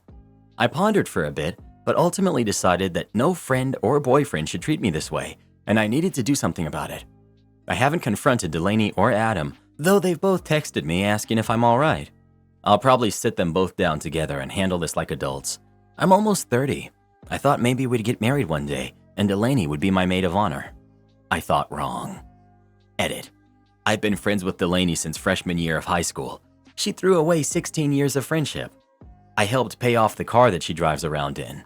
It's okay. She did come over, and I didn't have to tell her that I knew. Because of my anxiety at Adams, I accidentally left the messages open on his phone, and they both called my dad to check on my mom and found out I lied about her emergency, so they both are aware that I now know. I wanted Delaney to explain in detail how they started hooking up. Long story short, it was actually on Valentine's Day, and I was on the night shift, and they'd been at my apartment waiting for me and got drunk. They both have a key to my apartment. When I had come home, they were both passed out on opposite sides of the couch. I remember feeling bad for leaving them all night to be bored. Now I see that they put each other to sleep. After Delaney told me, I just forced her out of my apartment. I practically dragged her out. She wouldn't give back my key. Adam had been blowing up my phone all day, but couldn't come see me until he was off work. Even when he did, his reasons and explanations were stupid. He claimed to still love me, still want to be with me, and promised to never speak to or see Delaney again. I didn't even hear the rest of it. I just told him to leave. I'm watching the maintenance man change the locks as I type this. My heart was hardened toward them both after learning about their lies, and I'm extremely hurt, and my trust has been broken, and I feel as if I'll never be able to really love again. In all honesty, I hope they stay together and figure out if it was worth it or not. What also hurts is I still love them, but I hate them both at the same time. There's no fixing this. There's no rekindling it. And to those of you who kept pushing me to do an open relationship with the both of them, no way. Or better yet, you go be in an open relationship with someone who cheated on you. They've been hooking up behind my back for months now. If Adam wanted an open relationship, he would have asked. Plus, I don't agree with it, and I find the entire subject to be stupid, but to each their own. They're both blocked, and I sent screenshots to all of our friends and parents. Yes, my own, yes, Delaney's, and yes, his. All our parents are close friends, especially me and Delaney's parents. I'm sure it would be nice to watch their world burn, but instead, I'm going to have the couch that they hooked up on delivered to Delaney's house with the same wine they drank that night sent to Adam. I'm going to go shopping for a new couch eventually, but my recliner chair will do for now. I don't know if they'll stay together, but if they do, no one will support them. No one will be on their side, and no one will ever trust them or believe anything they say. And that's revenge enough for me. Again, thanks for everything. Am I the jerk for pulling out of planning my sister's wedding, causing her to lose her venue? As a wedding planner who's been in the industry for many years now, my 31 male party trick among close friends and family is being able to guess how long my clients' marriages will last with pretty alarming accuracy. If you ask anyone in the industry, there are specific indicators while working with a couple that allow us to be able to gauge compatibility. I can usually get down to around a 6-month window when predicting when photos of each other will disappear from socials. This is not me taking joy in crashing or burning of relationships. Working in this career field can actually leave you feeling jaded about relationships in general, which is why I'm reluctant to work for friends and family. The specific stress wedding planning puts on some people and couples can bring out the worst in them that you don't see in everyday life. My sister is getting married early next year and practically begged me to plan for her despite my stance on clients I know personally. I finally gave in and we began the process back in March. Last week, while we were meeting and finalizing a few things, she asked me about the party trick I mentioned. She said since I had been working with her and her fiancé for months now, I could give my prediction as to how long they were going to last. I laughed and tried to move on. I thought she was joking, but she continued to press the issue.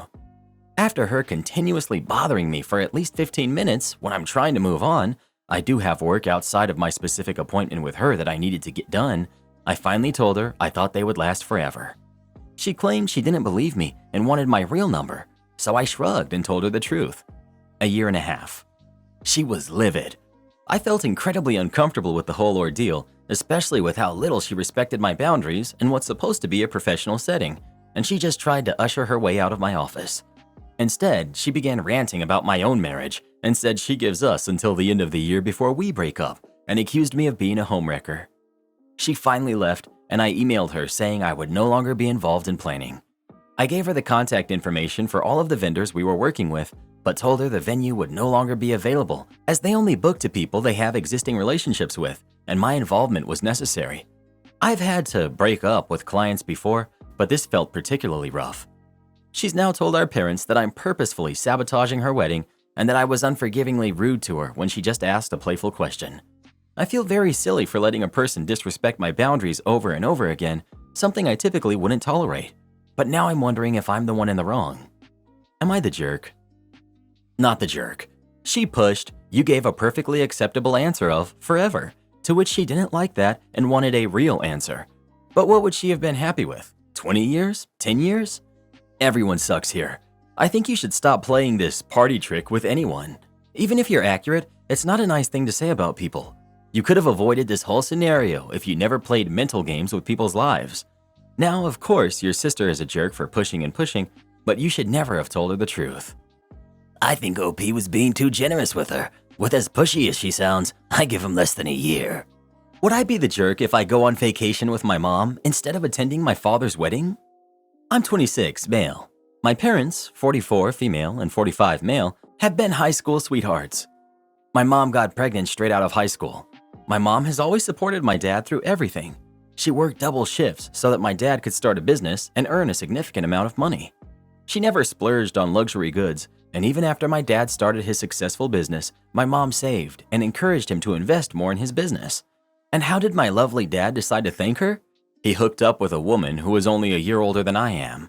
They've been divorced for 3 years, and my dad publicly started dating his mistress without any shame. My siblings have a sort of strained relationship with him. I never talked to him after the divorce. I hate to acknowledge his existence and hate it even more that he seems to think he did nothing wrong. He's getting married to his mistress in 10 days. I can tell Mom is still hurt by the divorce. She told me she's going to Romania, where her parents were born. She always insisted my dad take her there, but since my dad was busy cheating on her, he never took her. I also wanted to go with her because I needed an excuse to avoid the wedding altogether. My siblings told me if I don't attend the wedding, they wouldn't go either. My dad has been on my neck and trying to guilt trip me into attending his wedding, but I already booked the tickets to Romania. My relatives are saying if I don't go, I'll be disrespecting my dad. I don't think he deserves an ounce of respect from me. Plus, I'm pretty sure their marriage won't last more than 2 years, considering how much she spends just to show off. I'd rather be with my mom. Go with your mom. If anyone did any disrespecting, it was your dad by having an affair. Although if you still want to have a good relationship with your dad, then you'd better think it through and discuss it with your siblings. Go support your mom. Go to Romania. You're right, your dad doesn't deserve respect, at least right now. Marrying someone so much younger than him should have consequences. I'm not going to tell you what to do. You're not the jerk here. I will point this out. The affair was between your mom and dad, not you. Yeah, it certainly affected you, but he can't be miserable for the rest of his life. What he did sucked, but if he wants to marry this woman, he should. What he had between him and your mom is over. But you also don't owe him your time or respect. What he did sucks, but it's done. Do you want a relationship with him? Update. So I'm in Romania with my mom and my girlfriend. We just landed 36 hours ago. My dad's wedding is canceled. According to my siblings, my dad wanted his girlfriend to sign a prenup, but she refused. It turned into a huge fight between him and her. They fought in the rehearsal dinner too. He decided to postpone the wedding until the matter is solved. I don't think so. This wedding will never happen. I'm glad he's learning the truth of his value. I haven't told my mom yet. She seems happy here, so I don't want to ruin that. I might tell her today at dinner. My siblings are fine. I wish I could take them with us. Also, to those people who defended my cheating father and told me it's not my business, I hope each and every one of you suffer from what my mom, my siblings, and I went through. It wasn't easy. He betrayed us, not just my mom, but our whole family. He was a selfish old man who wanted his cake and to eat it too. I'm 100% allowed to be mad at him for destroying our family, destroying my mom and her self-esteem, everything. And those who are calling me a mama's boy, I hope your mom sees this and thinks what kind of unappreciative kid she gave birth to. I love my mom. She gave birth to me and took care of me when I wasn't able to do that. Now it's my turn to support her. Adios. Am I the jerk for choosing our family dog over a friend hard on his luck? Me, 32 male, my wife, 30 female, and our 2 daughters, who are both under 5, live in a decent-sized apartment. Not grand or anything of the sort, but big enough for us and for us to host another person for a limited amount of time that it would not be a burden. Recently, a friend of mine, 28 male, that I've known for a few years from an old job is going through a divorce, and he's asked for a place to stay. I talked it over with my wife, and she has no problem with him staying with us. When I told him that he could stay, he was so grateful, but then he told me to let him know once we had gotten rid of our dog and deep cleaned the home, as he has a severe dog allergy. We never knew about this, as it has never been an issue. We always hung out at a mutual friend's house, work, the bar, or double dates at restaurants where no dogs are. I told him that we would not be able to get rid of our dog to accommodate him, as he is part of our family, getting older, and that it would honestly devastate us. He is now running around bad-mouthing us to our friend group for taking back our offer for letting him stay with us and choosing a dog over his health. I've been receiving multiple calls saying that I'm the jerk for not helping him now. Edit. I've seen it asked. Me and my family are American from the East Coast, very pet-friendly area, but we no longer live in the US as of now due to my work, and currently live in a not-so-dog-friendly country on the other side of the world. Dogs here are not looked at as they are in the US. Many view them as little more than pests and don't understand viewing one as family here. Edit 2. Thanks for the responses. As I said, we're not in the US at the moment, and I know back home that there would be no second guessing if I was a jerk in this situation. I've talked with a few of our friends, and some now are at least indifferent, but they still really don't get valuing something like that over a person's comfort. But they at least acknowledge as a difference in world upbringing. While others are still upset that I would not do this for our friend, the friend in question is going to be staying with someone else. They wanted to stay with me as I was the only one in the group that had a spare room that could be used as a small bedroom. As I said, whenever we would meet up with others, it was always in public or at their home. We've had maybe 4 or 5 people over at our home, most of them which are also from the US. One friend did visit us back when we first moved over, but was uncomfortable around our dog and asked that we would keep him away while he was here. Many have said that they do not wish to hang out in a place that they view as unclean due to a dog living there, which I did not understand, as many have pets, mostly cats. But again, understanding the difference in world upbringing. Not the jerk. One of the other people in your friend group can accommodate him by getting rid of their own pets and paying for a deep cleaning. If he really needs a place to stay, he can stay at a hotel or whatever. But how urgent can he be if he can wait for you to find a new home for a family member? Just the suggestion to get rid of your pup would have been enough for me to say no. Am I the jerk for trying to invite my daughter to someone's party and possibly ruining it? My daughter, who's 9, goes to a small school with 11 other girls in her grade. Her class is very tight-knit, and we all get along well. About a year ago, the girls started a book club and meet up at different homes 2 times per month. My daughter was in it last month, but we had to stop when the school year began.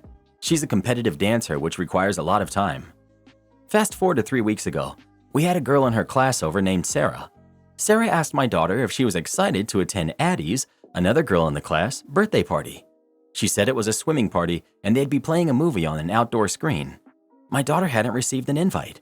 When Sarah's mom came, Sarah told her how we hadn't received an invite for Addie's birthday. Sarah's mom said Addie had handed them out at the last book club and had probably just forgot to reach out. She suggested I text Addie's mom.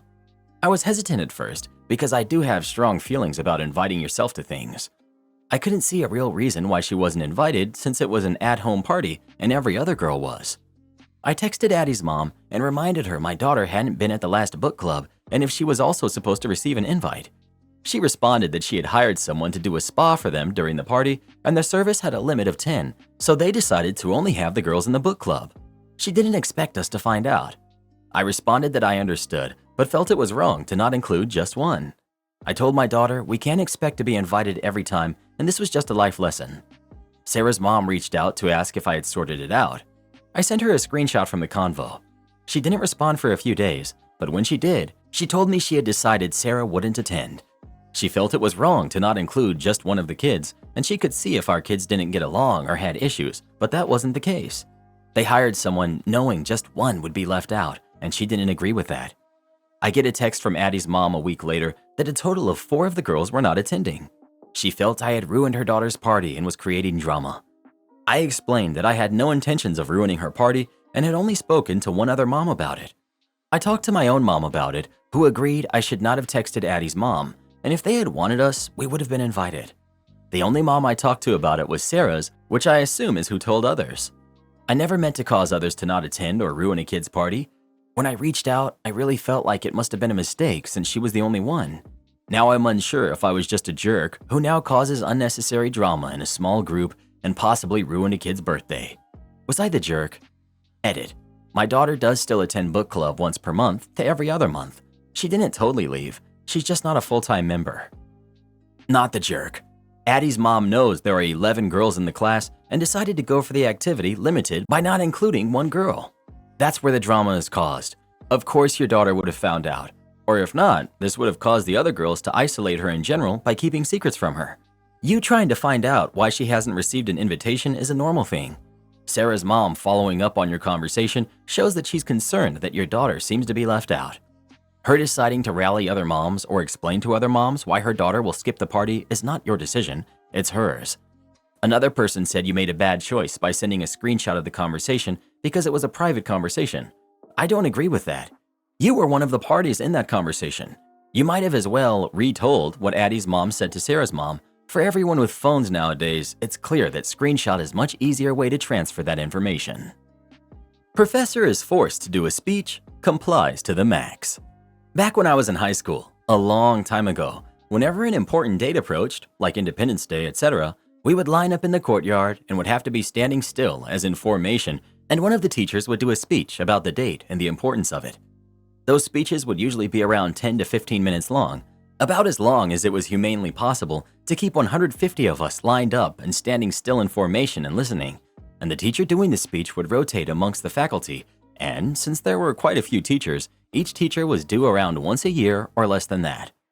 There was one notable omission on this teacher's roster. The mechanography teacher never did a speech. Never. Let's call him Mech. He would always refuse and get away with it for whatever reason. In around 30 or so years teaching at the school, it became famous that he never did a speech. Until this one day, when I guess the dean got out of bed on the wrong side or whatever, and he absolutely demanded Mech to do the speech. There was no way to get out of it. Mech would have to do it. His first speech in 30 or so years at the school.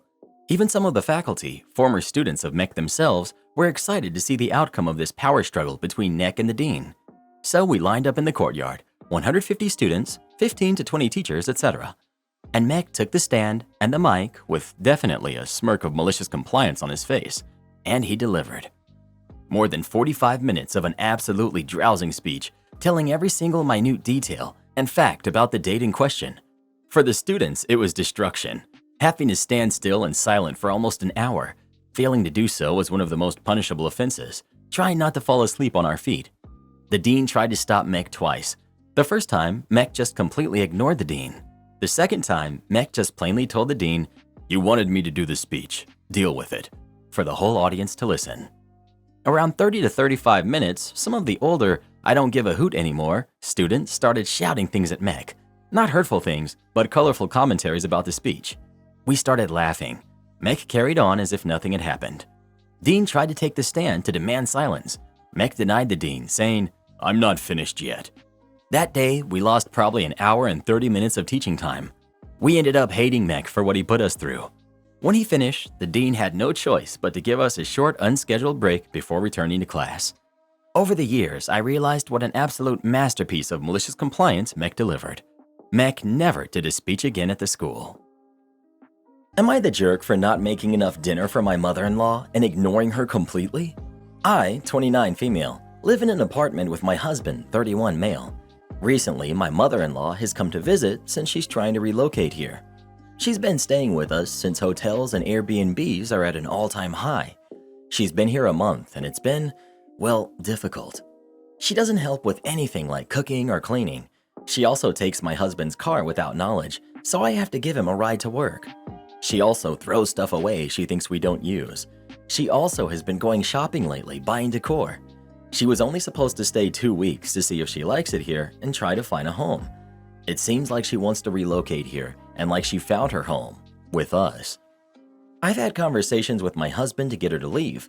He's asked and begged, but she still doesn't want to leave and he doesn't want to disrespect her. I've remained kind, but I can't take it anymore. I went into the guest room she's staying in and cleared it out. I took all the clothes out of the dresser and closet and put it into her suitcase. I also put all of her things on the floor. She came home and yelled at me, then got into a fight with my husband. She then apologized and said she couldn't afford the plane ticket back, and if my husband books it, she leaves. Well, he did for yesterday. She refused to go because it was the cheapest ticket on the cheapest airline and that she was worth more than that. We got her into another flight and she got a hotel for the night. Well, today she came home and opened the door. It wasn't locked. She then passed us and put all her things in the empty guest room. She went to the living room where we were and said, "Well, are you guys ready to apologize?" We were dumbfounded, of course. I stormed to my bedroom and locked myself in there. I took a nap and came out and they were both watching TV. It was around 6 at the time and I decided to start getting dinner ready. When I started, my mother-in-law went and started trying to talk to me, basically saying I should apologize. She noticed I was ignoring her and started yelling. I kept ignoring her until she went with my husband. I blocked out their conversation. I was quiet and set the plates. I only made enough servings for me and my husband. I sat and ate and they came to do the same. She saw there were only 2 plates and went to look for more food. There wasn't any. I don't know how it happened, but we got into a huge fight and I ended up throwing all her clothes outside and screaming at her for all my neighbors to see. She was crying and my husband was begging for me to stop. I drove to my friends, shaking and mad. I passed out and woke up to paragraphs upon paragraphs of not just my husband and mother-in-law, but sister-in-law and brother-in-law, basically telling me I'm a jerk for disrespecting mother-in-law and embarrassing her. Well, I have no idea what to feel. So, am I the jerk for how I reacted? My needy boss wants me to adopt her, plus update. My manager, Wanda, is a director about 5 years younger than I am. I'm 63, also a woman. She's been with our employer for over 20 years, is extremely good at what she does, is fiercely loyal to her staff, and possesses a wealth of knowledge and insight about our specific work unit and about government in general. She's also emotionally juvenile, totally self-focused, extremely needy, has never had any kind of a romantic relationship in her life, and her completely perfect parents gave her a completely perfect childhood that left her unable to trust any man outside of her own family. I'm no expert, but I'd wager to say that a good psychiatrist could probably get at least 2 or 3 dissertations worth of material out of her.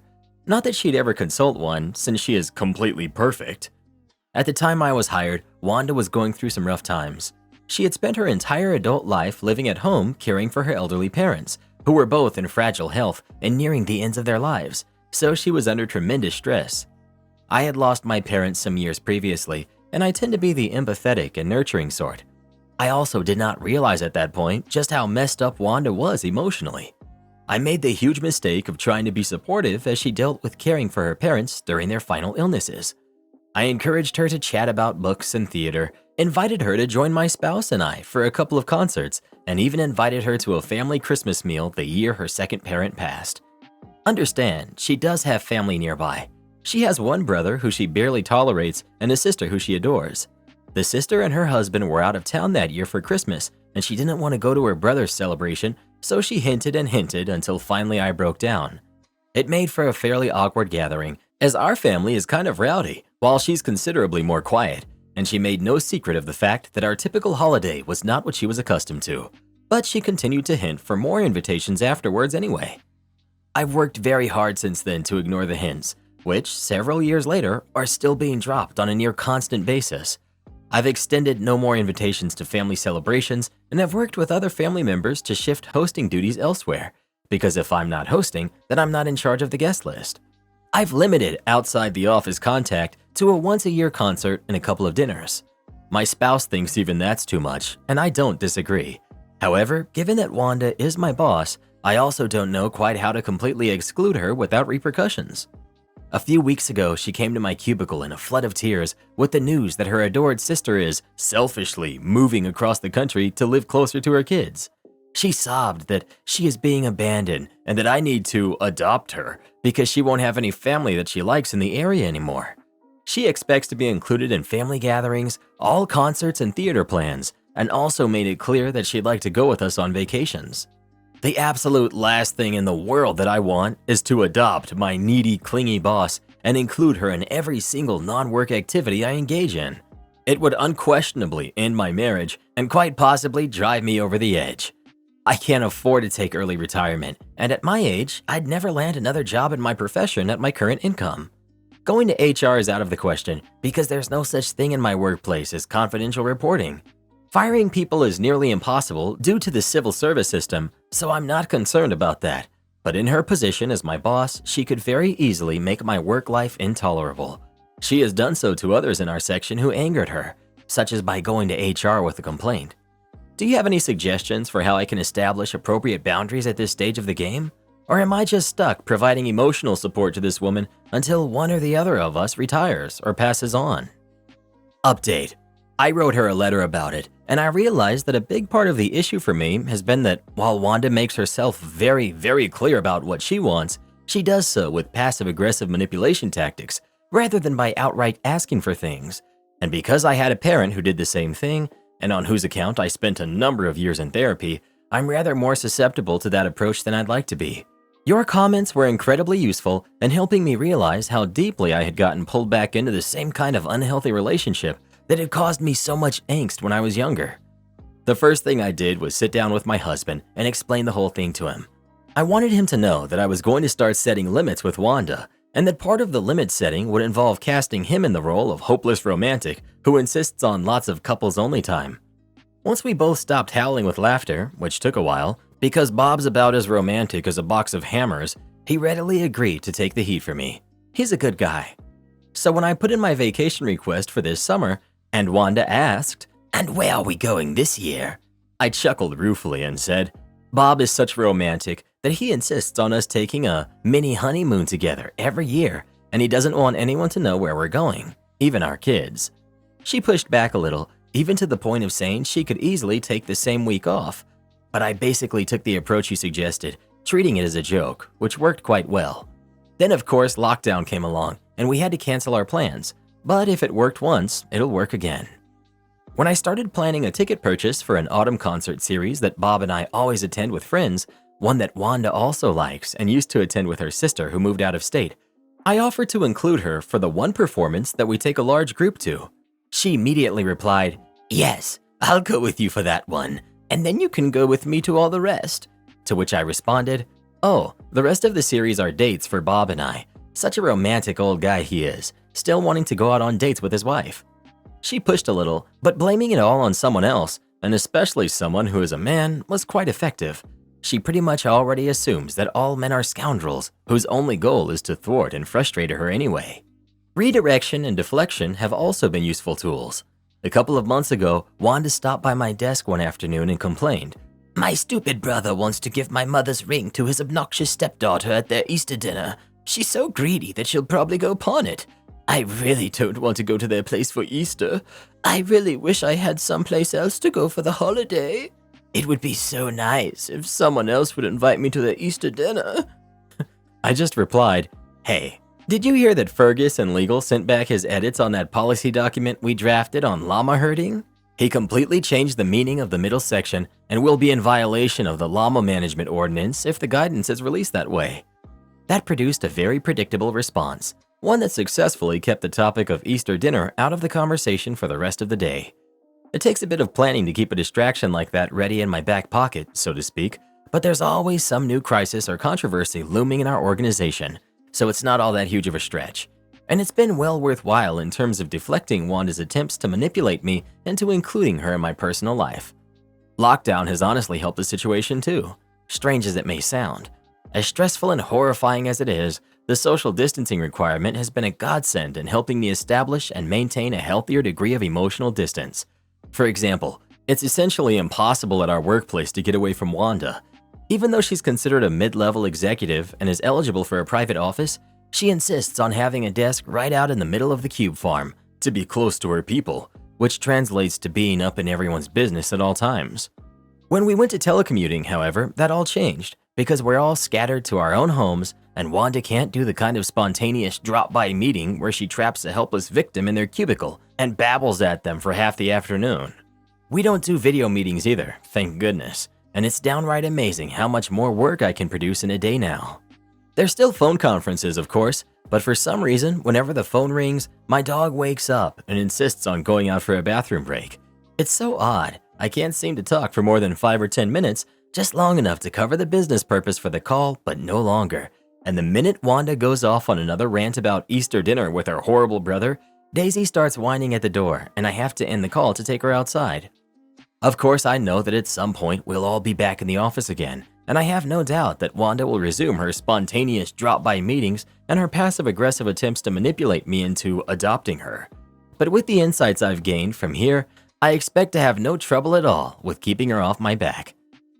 Am I the jerk for not wanting to do a cake for my stepsister?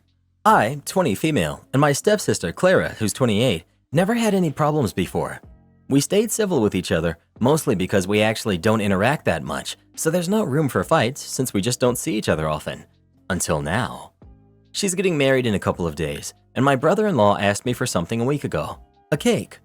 I do cakes and sell them, but not for a living, just so I can get a little bit more money to pay for my college, so I don't have experience doing such big cakes for events.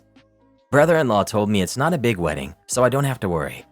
It's a decently sized cake for at least 80 people, still big, but something I can manage, so I said yes. I sent Clara a message asking for specifications, and she replied with screenshots of cakes from Pinterest. Nothing more. I had to push her further so she could give me exact ideas for the cake, since all of her replies to my questions were, "It's literally in the images I sent. Can't you see?" Whatever. A few days pass, and I sent her a quick sketch of the cake, and she didn't reply. Another day passed, and I sent an image of all the things I bought for the cake, so she can tell me if this'll work. But again, nothing. So I then told her how much the cake would cost in total, and I asked her to please pay me half of it now, so she can pay the other half later. And at this time, I did get an answer. A call. She was fuming and demanding an explanation of why I'm charging her for the cake, practically yelling at me. I was confused by her reaction, and I had to explain to her that it's literally my job, and that I already bought all of the things for her cake, so all I'm asking for is half of the payment. She said how dare I charge her for a cake for her special day, that family does things for each other without expecting something back, and more stuff like that.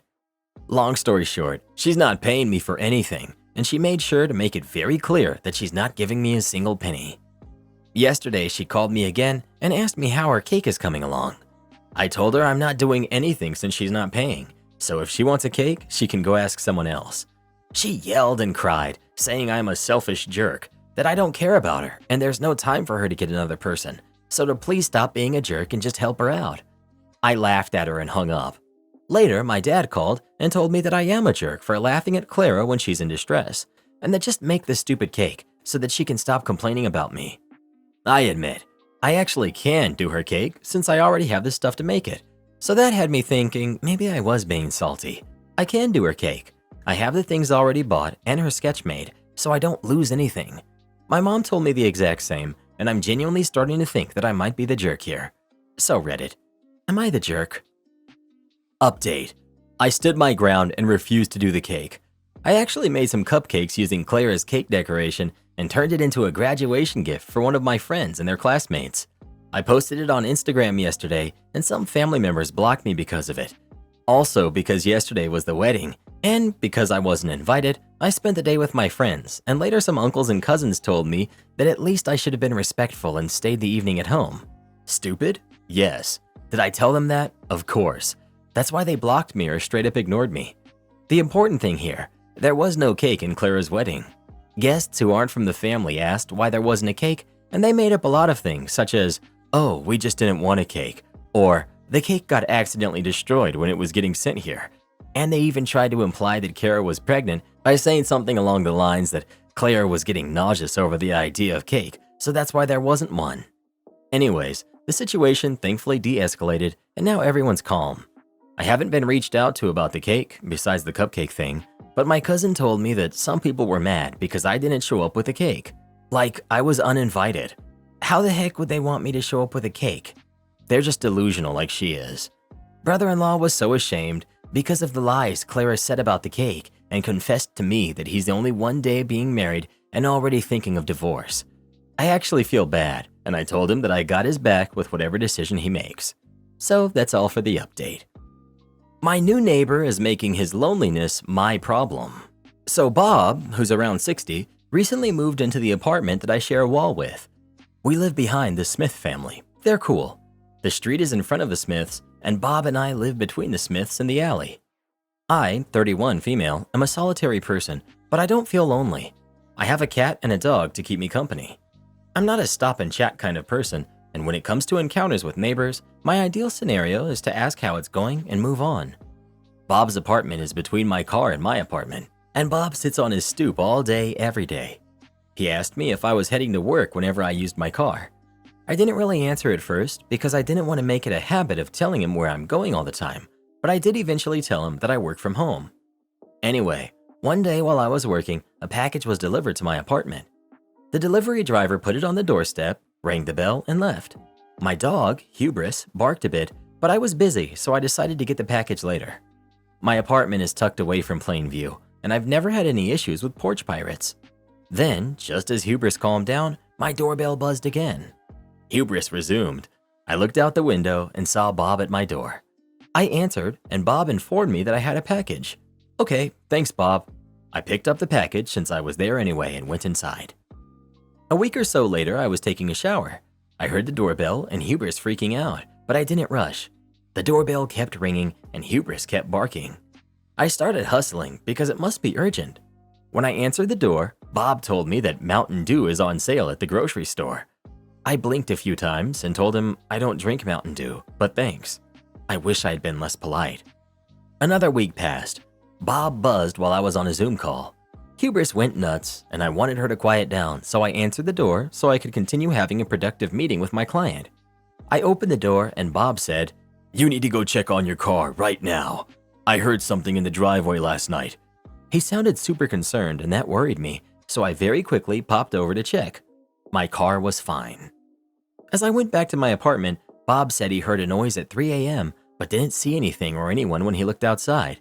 If he had simply looked to his right on his way to my apartment, he would have seen that my car was totally fine, and there was no reason to ring my bell. But to be fair, if something had happened to my car, I would want to know about it.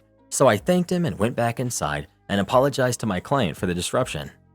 At this point, I felt that Bob was becoming a nuisance, and I was concerned that Bob might expect something from me. I don't know what that would be, but in my experience, people don't do nice things for no reason. I told a friend about this. They suggested I share a plate of food with Bob the next time I make something tasty. I said I'd think about it. Anyway, that evening I took Hubris for a walk. I thought about what my friend said and reluctantly let Hubris greet Bob. Bob spoke to Hubris in a baby voice and said something like, "How come you're so friendly out here, but when I come to the door, you bark and bark?" I wish I had said, "It's her job to bark at people who come to the door. She won't bark if you don't come to the door." That will be relevant later. Last Saturday, a few days before the 4th of July, I let Hubris out for one last bathroom break before going to bed. I share a fenced yard with the Smiths. I called her after about 5 minutes. I waited. Nothing. I called a few more times. Silence. Then I remembered one of the Smiths' kids had been playing in the yard with some friends earlier. Oh no. Maybe they left the gate open. I should have checked before letting Hubris out. I put on some sandals, went outside, and sure enough, the gate was open and Hubris was nowhere to be seen. I immediately started panicking. It was very windy and there were already fireworks going off. I was scared that Hubris got spooked and ran away. I called her name, I ran out to the street, I twisted my ankle. I ran around with a limp. I trespassed all over the place looking for her. I had a massive lump in my throat. I love Hubris. I don't know what I would do if I lost her. I ran back home to check the alley. I was so worried. But as I passed Bob's apartment, I noticed that Hubris was inside playing with Bob. She must have been in there for at least 15 minutes. And Bob, the man who rang my bell 5 times to tell me about a Mountain Dew sale, who has never seen Hubris without me, did not ring my bell to tell me that my precious dog was on the loose after midnight. I was out of breath, but managed to tell Bob that I had been running around the whole neighborhood looking for her, that I was worried sick, that if he ever sees my dog without me ever again, he has to tell me immediately. He sighed and agreed to do so. Then 2 days ago, I was stretching on the floor in my workout clothes. Hubris started barking. My cat picked up on Hubris' stress and scurried away to hide under my bed. I thought Hubris was having conversations with other dogs because if someone was at the door, they would have knocked by now. I asked Hubris to be quiet several times. She'd stop and then she'd start again. She started to growl a bit and indicated that someone was indeed at the door. I stood up and immediately found myself face to face with Bob. He was standing a couple feet from the window looking straight in, smiling at Hubris, egging her on. I ducked out of the view and thanked Hubris for barking at the man looking through the window. That's all that happened, but I doubt this will end here. I don't know how to set boundaries with him without being cruel. I do sympathize a bit. I know he never has any kind of visitors and he's always at home alone, but I don't want to live with this kind of nuisance. I also don't want to move because my rent is so much cheaper here than anywhere else right now. What would you do? Edit. Thanks for the insight. I'm definitely not going to give him food. I told my friends I'd think about it because I felt like a jerk after hearing their response to these stories. I'm glad I posted here. You all have validated what my gut's been feeling. Plus, you've given me some new perspectives. I had not considered that he may be hitting on me. Tell him this. Bob, why are you tormenting my dog while she does her job? Bob, why would you steal my dog? Bob, why are you staring in my window? This is a problem. Why did you interrupt my meeting with my client to tell me something that wasn't true? They were quite annoyed and talked about dropping the contract if they couldn't get my full attention during meetings. Be unreasonable. Twist every one of Bob's potentially innocent actions into something inexplicable and do it immediately. Make him shy and reluctant to engage. If that doesn't work, use these to make complaints to the landlord. Bob sounds very creepy. I'm also a solitary person and I love being alone. Bob would scare me. Do not invite him over for a meal. He's also not really what I would consider an old man. It doesn't sound like he's housebound or incapable of taking care of himself. It sounds to me like he's thinking of you as a potential romantic partner. He knows what he's doing. I'm terrible with confrontation. I'd probably end up keeping my blinds closed, turning off my doorbell, and trying to sneak out a back door to walk my dog. That's no way to live though. Another idea I had for my creepy neighbor is to start saying things that are obviously not true. The mature thing to do would be to tell Bob to stop ringing your doorbell and talking to you.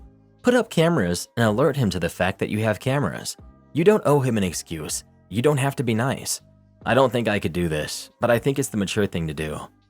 I worry that any excuse you give him, he'll either ignore it or try to find a workaround. If you don't feel comfortable being direct, then I would try to weave in an anecdote of you seeing him as an old man. He rings your doorbell, you answer, and say that he reminds you of your dad, who always over-worries about everything. Tell him if a package is stolen or the car is damaged, you'll deal with the insurance, and that you'd rather have a package stolen than hear the doorbell. My future stepmother demands I dye my hair to a more natural color for her wedding. I'm 19, female, and my dad is marrying his girlfriend of 5 years. She wants me to be one of her bridesmaids, as it would look great to have me up there. I'm not particularly close to her, but we're civil, so whatever, right?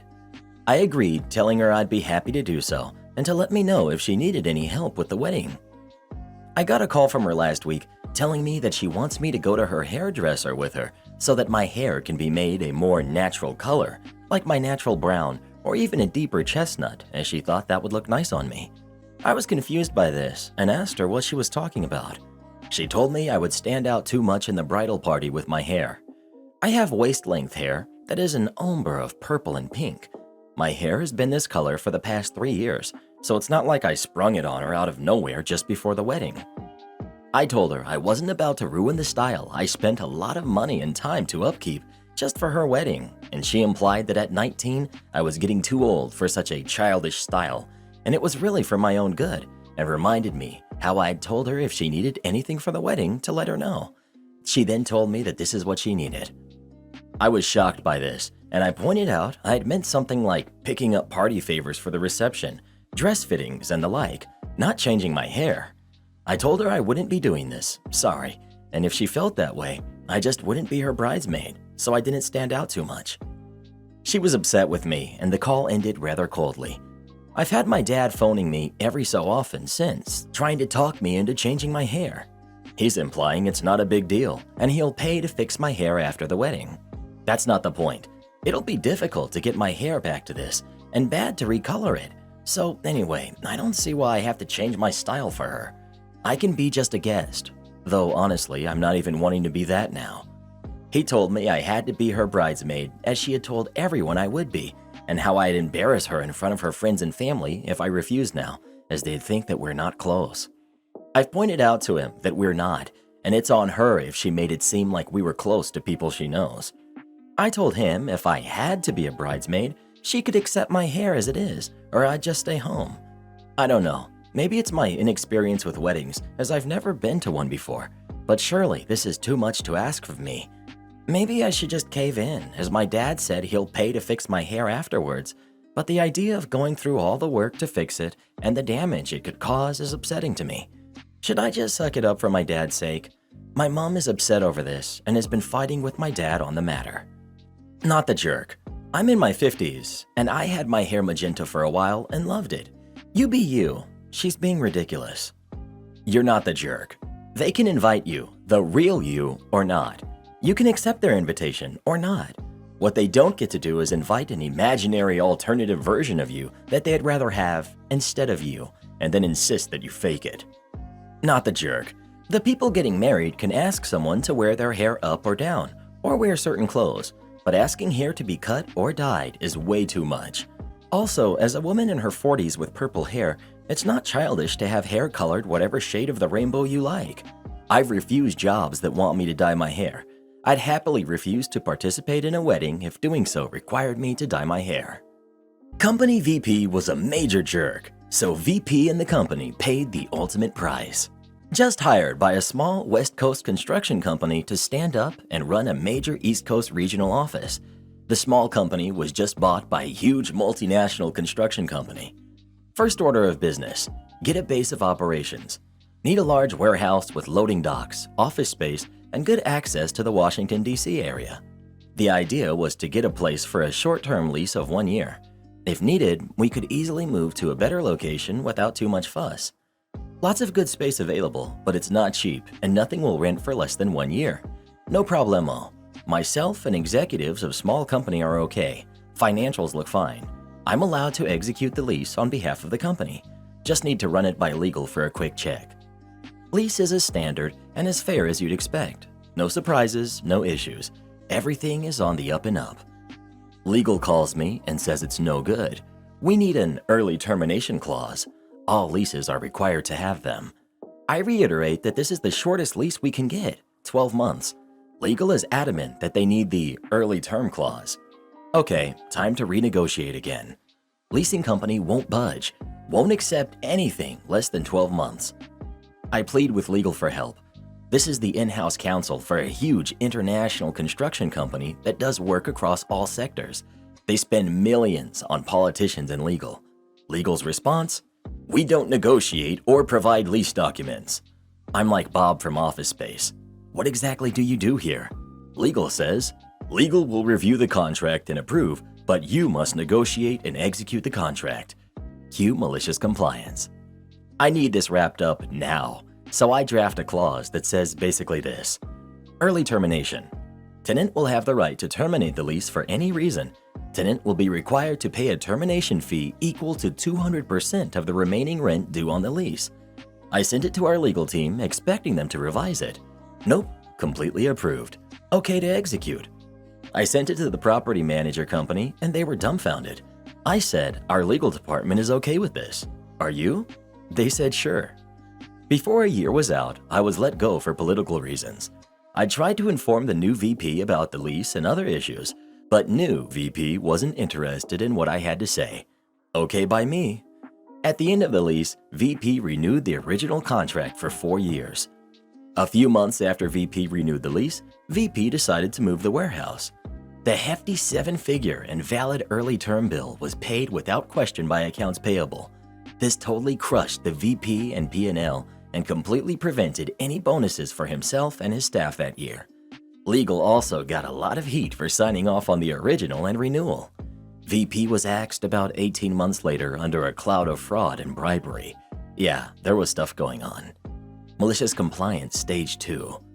As I said, this is a construction company, and on the East Coast, most states require a contractor's license to do any contracting work. This license is required to pull permits and legally do construction, and it's also part of your insurance contracts that you are in full legal compliance. So that afternoon, after I was terminated, I sent off the required registered letters to the appropriate licensing bodies in a number of states and removed myself as the designated individual. In other words, I was the general contractor on that license, meaning without me, the company is no longer a general contractor in those states. Now, the company usually has 30 days or so to backfill that individual, but it's not easy to find a person already licensed. All of a sudden, legal gets a letter from a bunch of states saying that branch of huge multinational is no longer a GC. And this gets sent to the insurance companies, which in turn immediately inform the clients that the policy is no longer valid until it is rectified. This halts all work in a number of states, even for work not part of my region, as the company was using my license to pull permits and get work without my knowledge. They did eventually fix this, but it was a scramble and was a huge black eye, and they lost a lot of work as awarded POs were assigned to properly licensed contractors.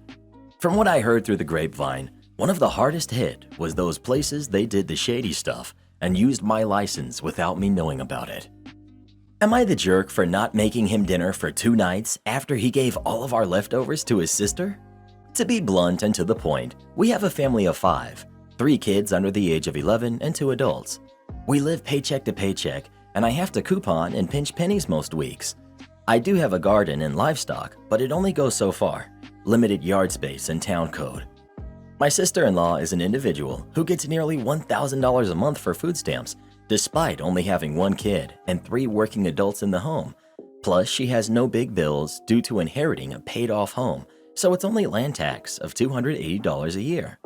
She has a significant amount of money more than us due to this. She invites us down for dinner 3 nights ago and asks my husband to bring a dish. He decides he wants to do a casserole that costs easily $60 to make, considering the portions. I told him we would have to bring the leftovers home because that's a lot of money. Needless to say, no one at the dinner touched the dish he prepared. I left early because the kids were tired, and he comes home without the leftovers hours later. I asked where they are, and he said his sister asked if she could keep them because she didn't feel like cooking, and claims he felt cornered and couldn't say no. His sister is 100% aware of how hard up we are too, so the amount of selfishness and disrespect baffles me to the highest degree. Those leftovers would have fed this household of 5 for 2 days. I was livid for obvious reasons. This means that the $60 he spent was basically thrown down the drain, and we couldn't afford it. The past 2 nights, I've been making the kids dinner, not even myself, to save on food costs because I need to make up for this. $60 with my couponing at a grocery store would have been enough groceries to last us about a week and a half, but he didn't use coupons to buy the meal. He went while I was at work, and therefore we need to recoup. So yeah, I've only been making my kids food, and I personally have been eating things from the garden, cucumbers, tomatoes. He said I'm being a jerk and punishing him for wanting to help his sister, who in my opinion was simply lazy and didn't feel like cooking for her 1 kid with her free food that she gets from food stamps. But no matter how I put it, he still thinks I'm the jerk here. ETA, food stamps questions. In my state, they currently have the $450 extra per kid, school kids, because of lockdown food stamps bill passed in 2021. 1 kid is 13 and the other is 18 and goes to college. Therefore, my sister-in-law is still collecting that $450 extra for the 18-year-old because she is apparently still considered a kid until she's 21, stops going to school, or moves out. Dang, for sure not the jerk. Take care of the family first. Sorry sis, I got mouths to feed. I'm taking the casserole. That should have been it. Sorry you have to live like that. My Karen wife can't come to terms with the fact that we will never be rich. My wife, who's 33 female, and I, 32 male, met in college. She was in a marketing program and I was in computer science. She ended up not finishing her degree, but got a fairly good starting job in the field anyway because her friend's dad hired her for his business. While she got her job through nepotism, I do know that she is talented and good at it. I finished my degree. We don't live in a high-dollar area for careers and have stayed because it's close to her family. She started out at about $35,000 a year, and I started out at $65,000 a year. Flash forward to now, she's making $50K a year and I'm making $100K. It still doesn't feel like we are doing all that well. Sure, the bills are always paid and we can eat at the occasional nice restaurant, but we were barely able to afford a lower middle class house. We can't afford to go on jet-setting exotic vacations. We don't live paycheck to paycheck, but the money just doesn't ever go as far as you would think it does. The thing is, I'm happy. I grew up dirt poor and my parents were always stressed. My wife and I never are. We have a nice, albeit modest, house. We can afford our small hobbies and comforts. We can go on vacations within the continental US. We just can't really afford to go to Hawaii or the Caribbean. We aren't rich, but we have it so much better than so many people. I feel truly thankful and content. She, on the other hand, has fallen deeper and deeper into depression, and it's always the same thing she talks about. She wants a new car. She wants a hugely expensive renovation to the house that we don't actually need. The house was updated when we bought it. She wants to go shopping for whatever specific brand of clothes or makeup. She wants a 2-week vacation in Maui or Paris. She recently just keeps talking about how she's not where she thought she'd be at this point in life. She goes on and on about it. She compares us to our friends and how good they have it. The thing is, those friends she's comparing us to are people who come from generational wealth. They have it good because their parents handed it to them. She can't seem to come to terms with just how good we truly have it. All she can see is what we don't have. The most frustrating thing is that a lot of our financial situation, that again, I'm comfortable with, is held back by her. She's making about as much money as she can in her field without a degree. I'm making twice what she is now, and I'm not done moving up the ladder. I've tried over and over again to get her to go back to school, but she just won't. At this point, it might not even matter. Her credits are so old, I don't even know if they would count anymore, and she'd probably have to start over. On top of that, she makes comments like, "I thought when I married a software engineer that I wouldn't have to work anymore." Basically alluding to the fact that I'm not making enough to fit her lifestyle. I love her, but I'm so tired. I'm tired of coming home from a busy day at work, thinking that I'll finally get to relax and decompress, only to hear her constant negativity about money. I've talked with her so many times over the years, and in so many ways, but I just can't get through to her. We tried couples counseling, but it did nothing. I've begged her to do personal counseling, but she's not interested. I'm at the very end of my rope, and I'll take any advice you can give. At this point, I almost want to tell her to divorce me already so she can find a 50-year-old divorcee to be her sugar daddy. What can I do to help her accept our lot in life? Or is it time that I stop wasting energy and let her go? $150,000 is a good income for a 2-person household. She has to be realistic. If she wants to prioritize travel, something else has to give. If she wants nicer clothes and products, she can forget about expensive travel, etc. Don't accuse my brother of stealing and don't discuss the situation with him again? Okay, I can do that. This story took place many years ago. I was in my late teens. One of my older brothers had moved out of the house a while back and moved in with a girlfriend who had a kid around age 7. I'll call my brother Bobby, not his real name. His girlfriend Mama Bear, and her kid will be Kiddo. As a late December baby, I would get my Christmas gift and be told it's also my birthday gift, then just get something really small on my birthday. Gee, thanks. So most years, I didn't get as good gifts as my siblings got, but I never complained. But this one year, I was given a Sony Walkman. Yeah, it was that long ago. Then a couple of days later from my birthday, I got a battery charger with rechargeable batteries. It was actually fair for once, because the Walkman and charger together were probably worth the same as each of my siblings got for Christmas and birthday put together. But Bobby got really jealous and would complain to me that it wasn't fair. He was constantly on my case about it. I told him it was for both gifts and to just lay off, but he remained angry. Eventually he stopped, but I didn't realize just how jealous he was, or that he was holding a grudge. Fast forward a few months. My Walkman is missing. My room is always a mess, so I assume that I misplaced it, but I can't find it. I get scared that I've lost it somewhere outside the house, so it's gone forever. Then I notice my battery charger is also missing, and I remember how jealous Bobby was. He still came to the house every other day, so next time he's over, I ask him if he took it. He hotly denies it, telling me that I probably just lost it. Since the charger's missing too, I know that's not the case. The other siblings couldn't have it in the house without me knowing. Plus, he's the only one that acted jealous.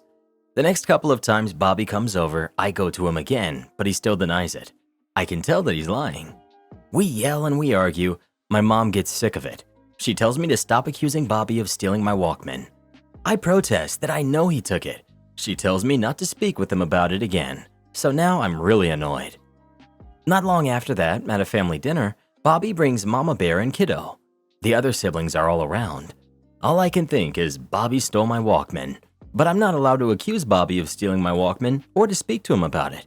So I turn to Kiddo, and in a happy, excited voice, I ask, "Hey Kiddo, did Bobby get a new Walkman?" Kiddo's face lights up. She smiles. She's super excited. "Oh yes, he did." And then she trails off and her face drops and she looks guilty. And you can just tell that she's done something that she wasn't supposed to do. The whole family heard this. My mom told Bobby to give it back. He begrudgingly did. The funny thing? He didn't give back the charger, claimed he never took it. We argued more and he insisted he didn't have it. A while later, I found the charger. If the charger wasn't missing, I wouldn't have been so sure that he took it, and I probably would have backed off. So it seems messy room also paid off. One thing I want to add, I realized that I put Kiddo in a difficult position, but Bobby wouldn't dare mess with Kiddo because of Mama Bear. Aside from maybe telling her not to tell me that he got a new Walkman, since Mama Bear saw this all happen, she knew what was going on. They broke up not too long after that, and I have no idea why, or if this played any part in it.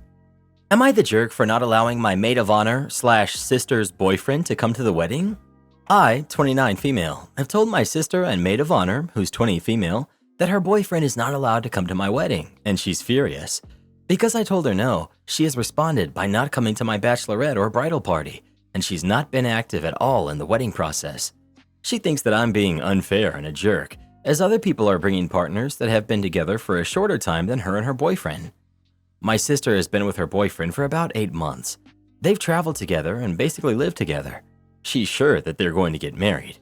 The thing is, when they met, she was already engaged to her partner of 10 years, whom all of my family loved deeply. She met her new boyfriend at work. She was engaged and he was married.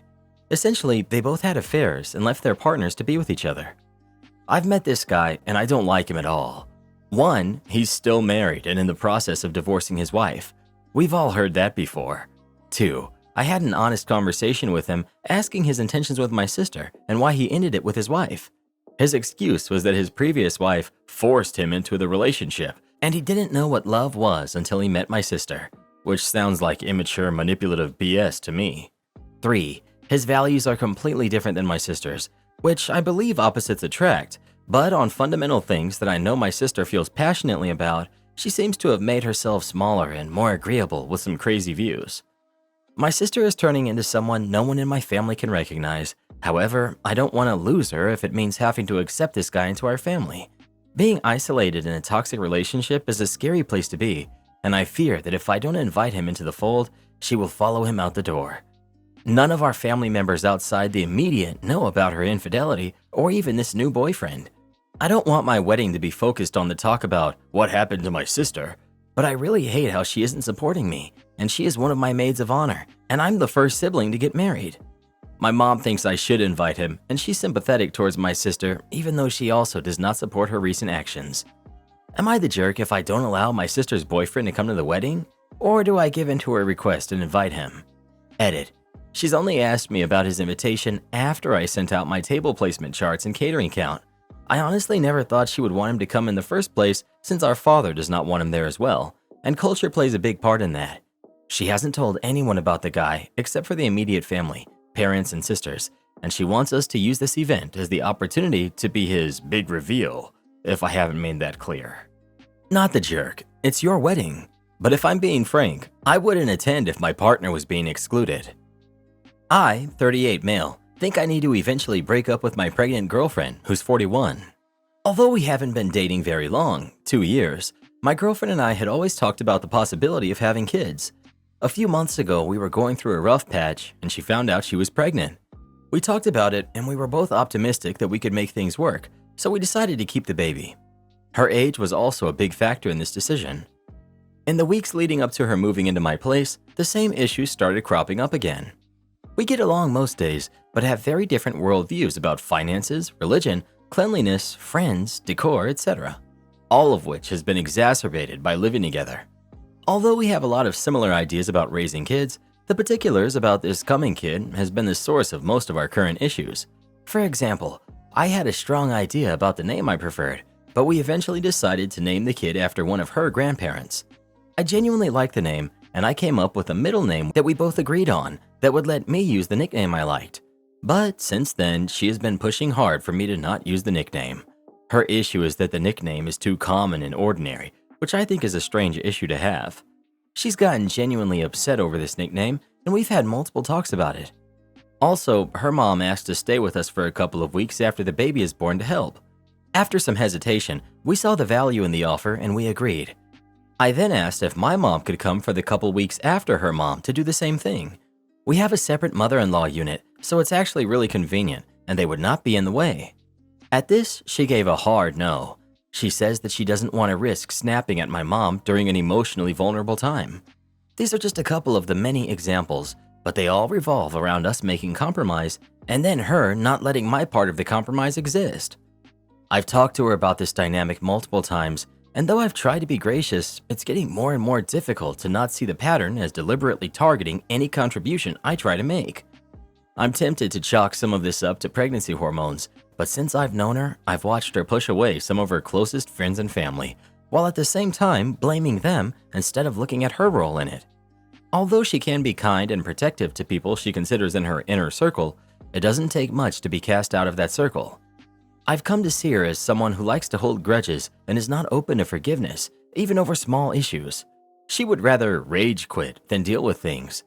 Her sister sent a pretty harsh text to her before their falling out, and as she read her sister's text to me out loud, I found myself agreeing with everything that was said. All of this to say that I feel like I'm questioning whether we can or should stay together. I'm genuinely excited to be a dad, but she got pregnant while we were still getting to know each other, and the more I'm learning, the more I don't think she's the right person for me. I'm open to therapy, but therapy feels like something you do when you want to fight for something, and besides sharing a kid, I'm not sure what else I would be fighting for. I'm not planning on making any big decisions until after the baby is born, but I guess I'm just trying to figure out if there's any way to salvage this, or if it would actually be better for the baby if we separate. If we did separate, is there any better time to do it, sooner or later? Should the baby be a couple years old first? Any advice is appreciated. 2 years is not early in the relationship, especially at your ages. It's not an issue that she wants her mom and not yours. Same thing happened with my wife and our daughters. Her mom came for a few weeks. Mine offered, but we turned her down because my wife was concerned about not being able to be herself with her in-law there, and that makes complete sense. Am I the jerk for having an issue with my boyfriend's family violating the boundaries of our apartment? I, female 24, recently moved in with my boyfriend, let's call him John, male 24. John is from India and had moved to the US for college and now work. We live in his apartment in New York City, but over the past few months since I moved in, I've noticed a weird issue. While John's family is based in India, several of his family members have shifted to New York City in the past couple of years for school, work, etc. About 5 of them live in the city. I'm unsure of his specific relationship to each one, but he treats them all like siblings despite an age range of 18 to 32 between the 5 of them, with none of them being his real siblings. The problem began when I realized his family members just show up to the apartment whenever they feel like it. They all have keys and they all come in and out throughout the week, sometimes randomly staying the night in the guest room, coming over to watch TV or make some food even when John and I are not home, etc. This was incredibly jarring for me because it felt like there was no privacy left to be within the house when all these people could just come in, borrow things, use the apartment and leave. It's not that they made a mess or broke things, but it was just them using our apartment as their own. Yesterday I had come over and one of his younger sisters, who's around 19, was cooking something in the kitchen, and having had a long, tiring day, I just wanted to come home to a silent, quiet apartment to relax in. Upset at the noise and smell, I asked her why she thought she had the random right to come into our apartment whenever she felt like it and use whatever she wanted. She didn't reply, but looked extremely offended, and that really irked me. I asked her to get out of the house, and she did, muttering things under her breath at me in Hindi, a language I don't understand. That night, John came home and asked me why he'd been so mean to his sister and kicked her out of the house. I said I was sick and tired of them coming over, And from now on, they were not allowed in the house without letting us know beforehand. John said I was being a massive jerk to his family and disrespecting what they provide for us and his duty to provide for them. We haven't talked since, and he slept on the couch last night. I don't think I was in the wrong, but John is really upset, so am I the jerk? Not the jerk, but break up with him. This issue won't be resolved, and you have fundamentally different views on family boundaries. Better to walk away and find someone who isn't so enmeshed with their family. My girlfriend of 3 years is reluctant about having kids, and I definitely want at least 2. Right off the bat, I, 28 male, want kids, but even after 3 years of a relationship and 2 years living together, I'm not sure if my girlfriend, who's 27, wants kids, or if she really embraces this at all. I sometimes even get a feeling that she thinks it's expected of her to have kids. On the other hand, I'm looking forward to having a family in the next 5 years, and I'm struggling with the question of, am I wasting my time? I desperately need someone to talk to about this. The lack of a concrete answer from her part is stressing me out. I've always wanted kids. I like them, they like me, and I want to provide for and raise a little human being or two. I've always been the happiest around kids, of all ages, and I've somehow always known I was a family man. On the other hand, my girlfriend isn't entirely sure, and that's where this post stems from.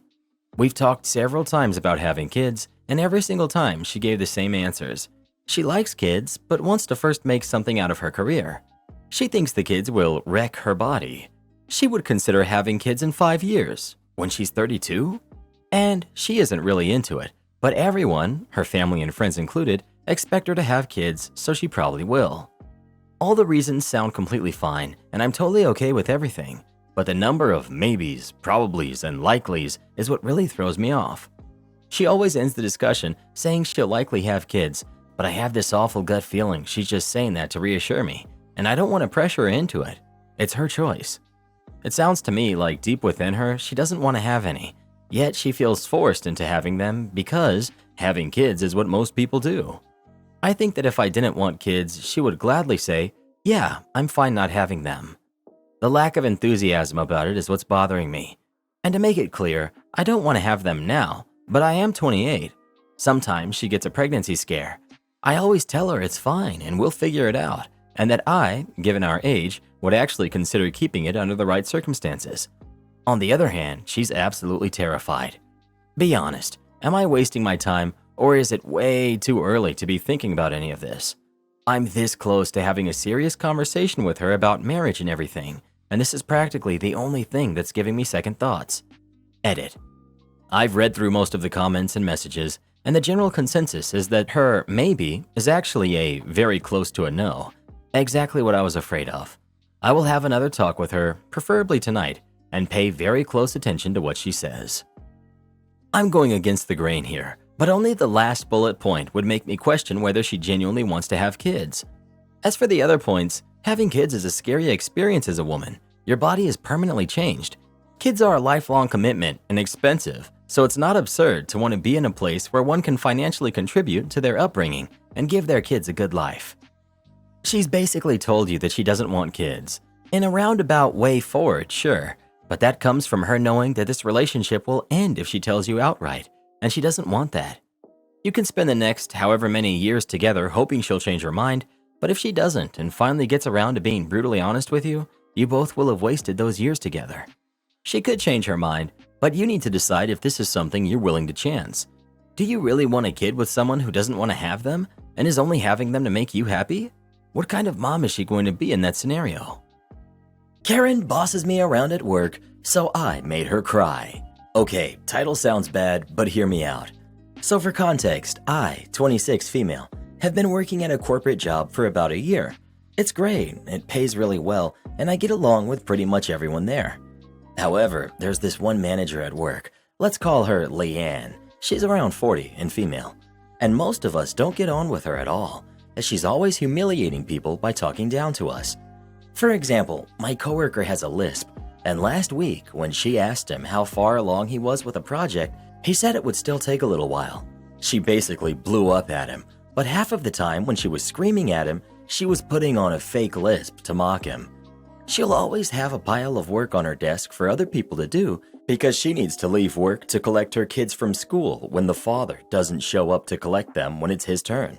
Another thing is, she always expects us to stay on later than expected and coming in earlier, but we don't get paid for this time. That's just a few examples, because if I listed all of the things she does, it would be over the word limit. So today, I get told that I'm being promoted to a much higher position within the company. I'm excited about it as it pays better and will give me a lot more responsibility. The thing is, this position basically will make Leanne my subordinate. So I was telling a few coworkers about the promotion. We were just standing in the break room, laughing and chatting when she came in. She started going off on us about not working, saying things like, "Oh, I get it. You guys must think you're on vacation just because it's a nice day out, do you?" At one point she said, "If you people don't get your butts back to the office right now, I'm going to report it to higher management." The more she talked, the angrier I got. And when she finally finished berating us, I stood silently for a second and then just said something like, "I'll consider this being you reporting it to your higher management, as that's currently my position in the company." One of my coworkers snorted, and Leanne looked furious. Then I just told her that me and my coworkers were okay to be in the break room, as it was literally our break time, that it was pretty rich to tell us we couldn't take a coffee break when she herself would leave work regularly to pick up her kids because her ex-husband couldn't be bothered. I said that she wasn't to speak to any of us like that anymore, or I'd have her written up within the minute. She stood there for a whole minute, it felt like, and then she started tearing up. Then she left without a word. I felt horrible because I humiliated her in front of people she's managing and I made her cry. My coworkers are saying that she had it coming, but one of them thinks I went too far, bringing her kids into it. So, am I the jerk? If you don't want to spend time having to defend your behavior to HR, you need to learn quickly that you can't dress a subordinate down in public. Just because she used to do it doesn't make it right. Where I am, people can claim workers' compensation because managers humiliate them by giving them negative feedback in front of a crowd instead of in private. If she went on stress leave where I am, a claim could get up because of your behavior. Everyone sucks here. Entitled dog mom screams at my daughter for petting her dog. So I work as a secretary/receptionist at a small veterinary practice. By small, I mean that there are 2 vets, 3 nurses, and me. 6 employees total. One of the vets founded the practice 30 years ago, and her son is one of the nurses. Because it's so small, we really are like a family, and often get together at each other's houses for drinks and stuff. Because of this, we're also all pretty well acquainted with each other's families.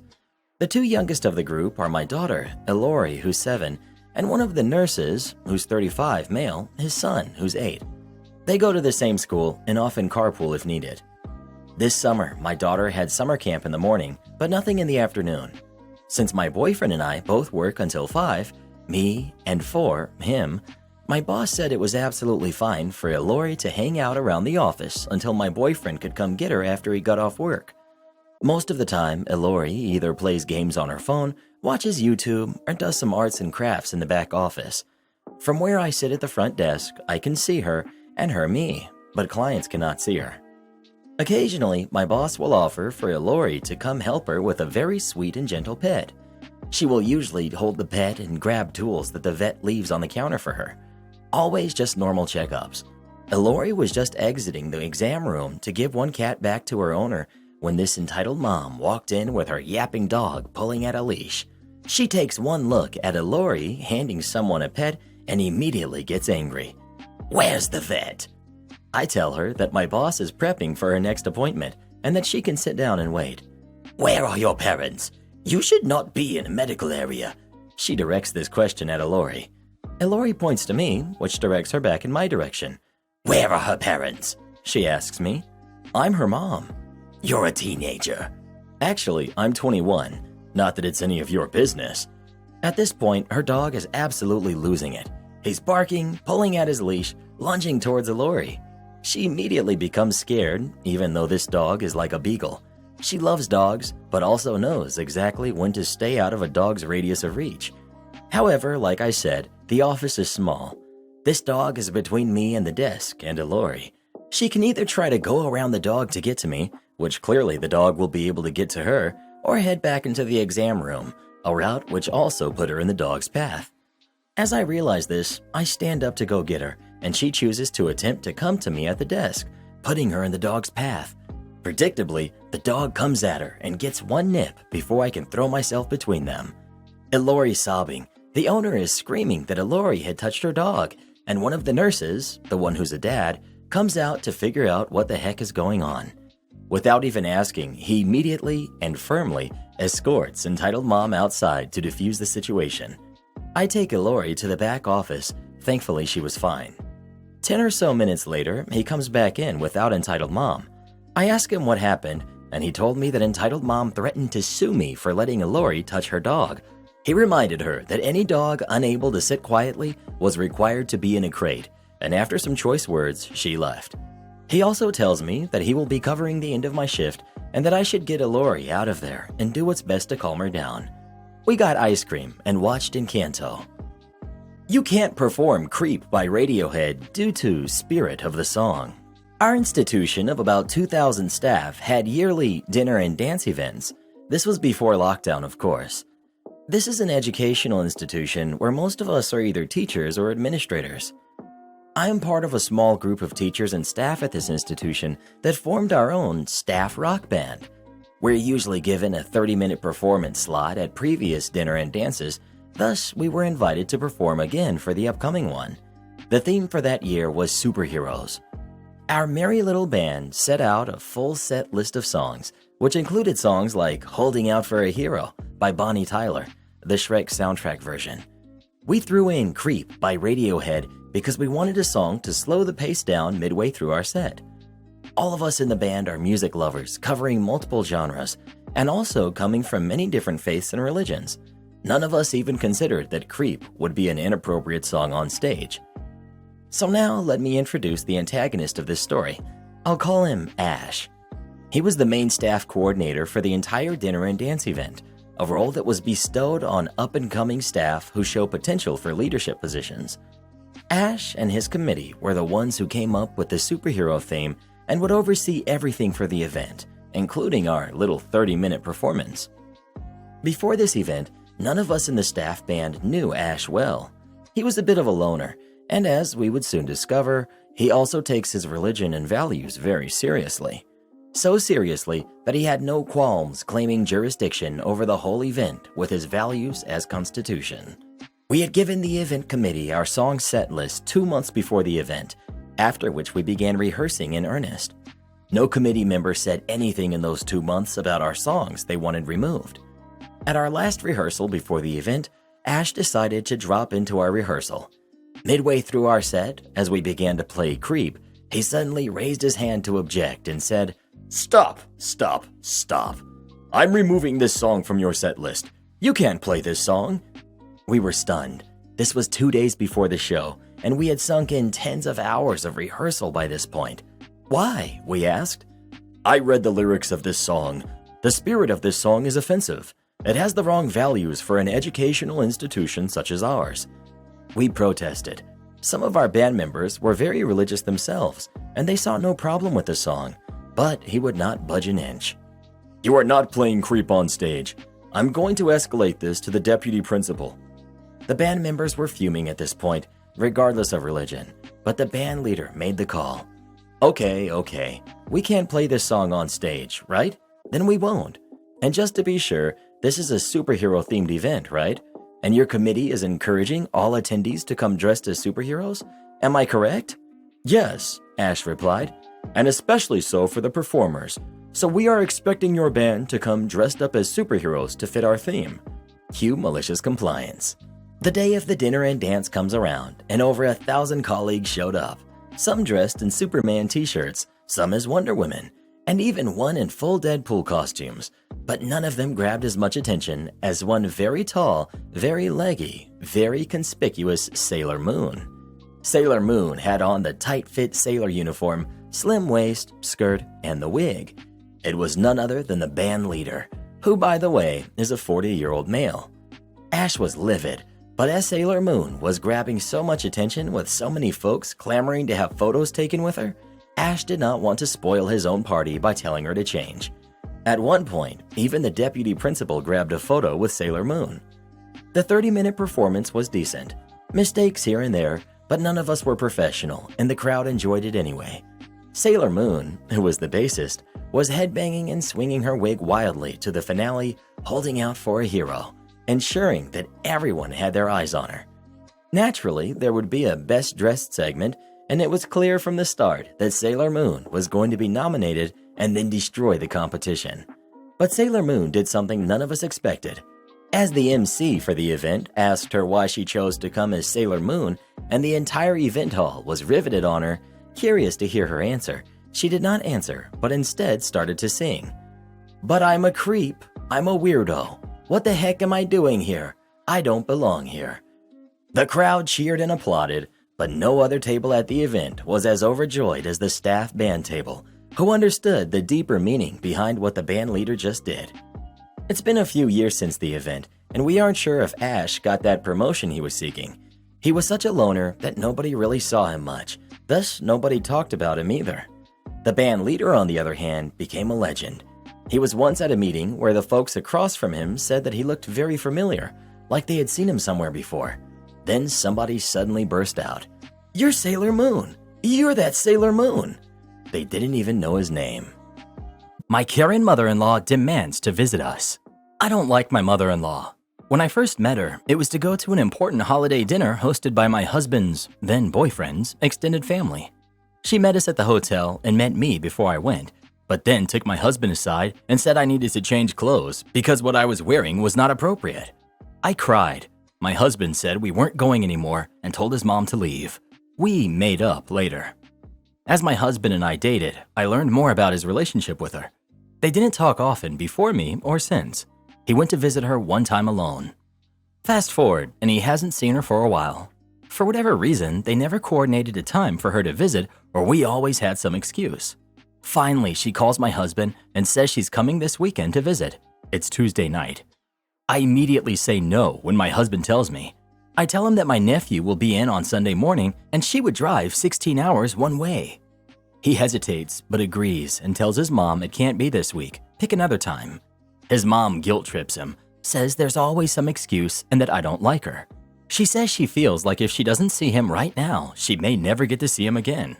So he decides to let her come with some conditions of not seeing the house and not seeing me. I respect his choice, but I'm still mad because regardless of their relationship and the repair they need, he still let her come out last minute and stay the 2 days before I have company for a week. I'm mad he didn't see that as impolite and selfish. We fought and he said, "She was right. I do have to choose. This sucks." Am I the jerk? Not the jerk.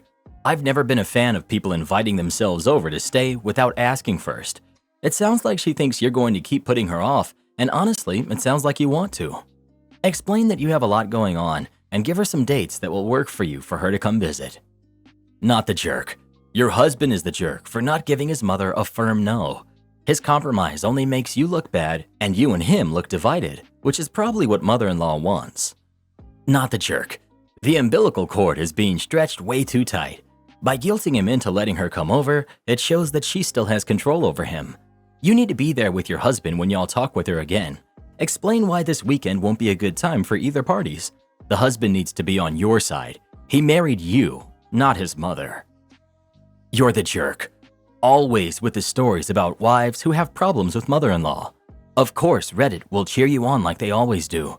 But the karma is that one day you will be the mother-in-law who wants to maintain a relationship with your own son.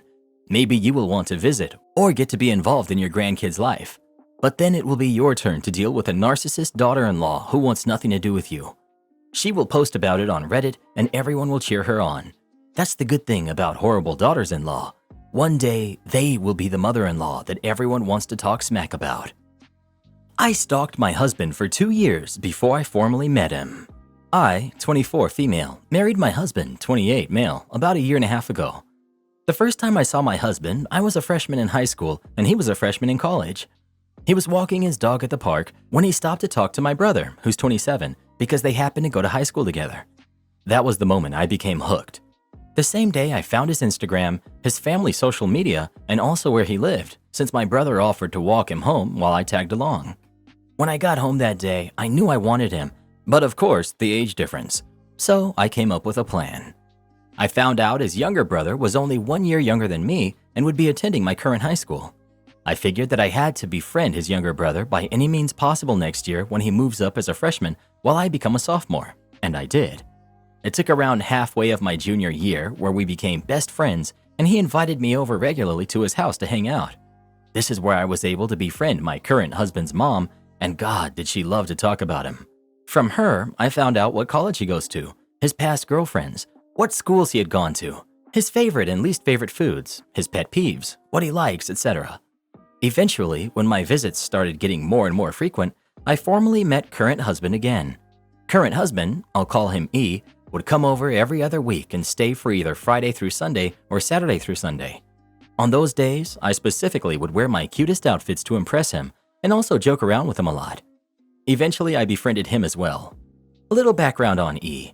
He is the school record holder for a certain sport at my school, which I just so happened to do. And around halfway through my senior year, E came back during the season to help coach the current high school athletes, which included me, in order to get some more volunteer work hours in, and I got to spend a lot more time with him. I loved every second of it. We were friends before, but then we became much closer since I got to spend lots of extra time with him after school, where sometimes he would even drive me home since we lived relatively close. Fast forward to when I had to move away to New York City for college. E moved in with me since he coincidentally got a job near my college. Edit. I lied. It wasn't a coincidence. I found out he got a job offer and applied to a college nearby his workplace. Being each other's only friends in a new state, we became incredibly close. We started dating when I was almost in sophomore year of college. He proposed to me after I graduated, and we just got married almost a year ago. He knows absolutely nothing about how I truly know him and believes it is fate that brought us together through his younger brother.